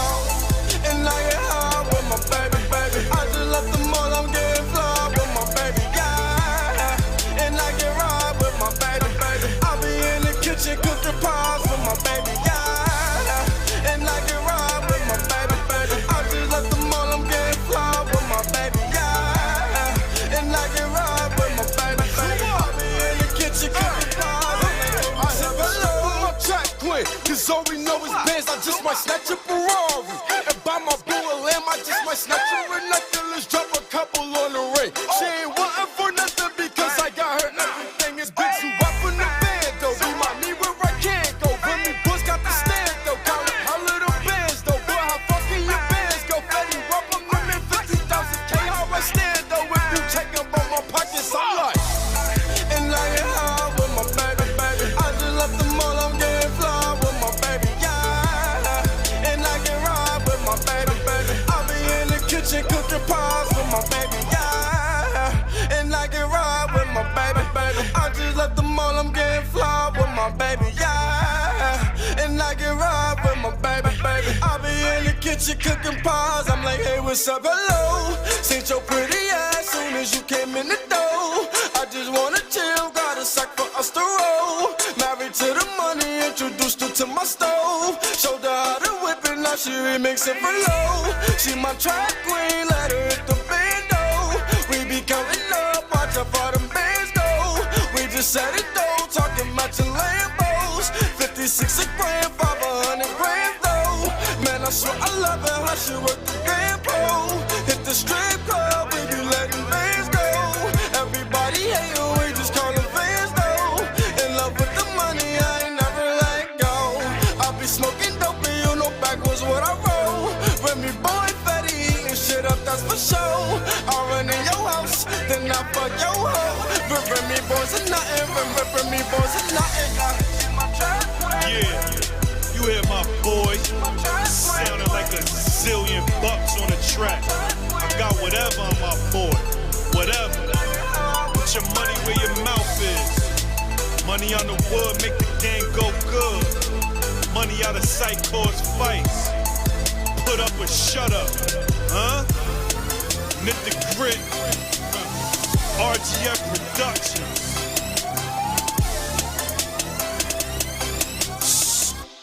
Yes, yes, yes. There you go. Coming in from Fetty Wap, and the song is titled Trap Queen. He's currently serving 6 years behind bars, and apparently he's been to turn over both his DNA and bank records after he serves his 6-year prison sentence for his role in a federal drug case that's originated in Long Island. Now, according to TMZ, he will be required to turn over his bank records and tax returns once he gets out of prison in compliance with the requirements set forth by the probational department. Getting into further details, he won't be allowed to open any new bank accounts without prior approval, and will also he will be required to submit to any sort of search and seizure or either he owns from his houses to his cars. Now, if it determines that he violates any of his conditional release, now in addition to these stringent restrictions on his coins or money or amaja, Fetty Wap will also be required to submit a DNA sample to his probation officer once he gets out of prison. And it should be remembered that sometime last month he was sentenced to 6 years in prison for his role in helping run an extensive drug ring in Long Island. He pleaded guilty to conspiracy to distribute 500 grams or more of cocaine, and prosecutors argued for a longer sentence, claiming Fetty had used his platform to glamorize the drug trade while making millions from his music after Trap Queen dropped in 2015. Yeah, that's your 411 far as Fetty Wap is concerned. The brother is incarcerated and he has to serve 6 years behind bars. But after serving that time, he is required to basically submit his DNA. He's supposed to do that. We take a short commercial break. We pay some bills. When we come back, I'll be speaking to the Raising Talent, representing Kamuli Chileka to the maximum. Stick with us. We'll see you in a bit.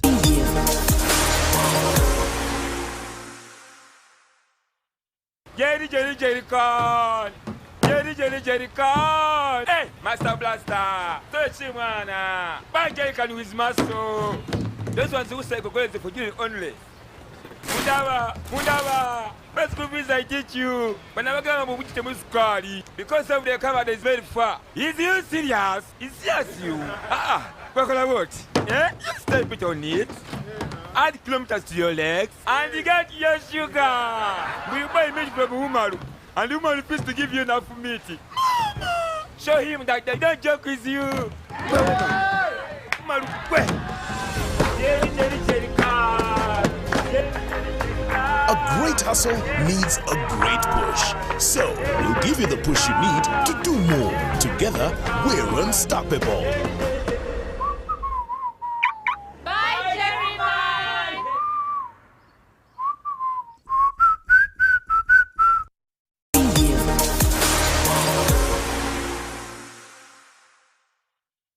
This is forever.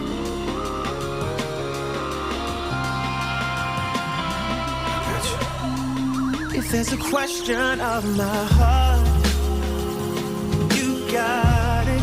It don't belong to anyone but you. Hey, if there's a question of my love, you got it. Baby, don't worry, I got plans for you. Yeah, baby, I've been making plans.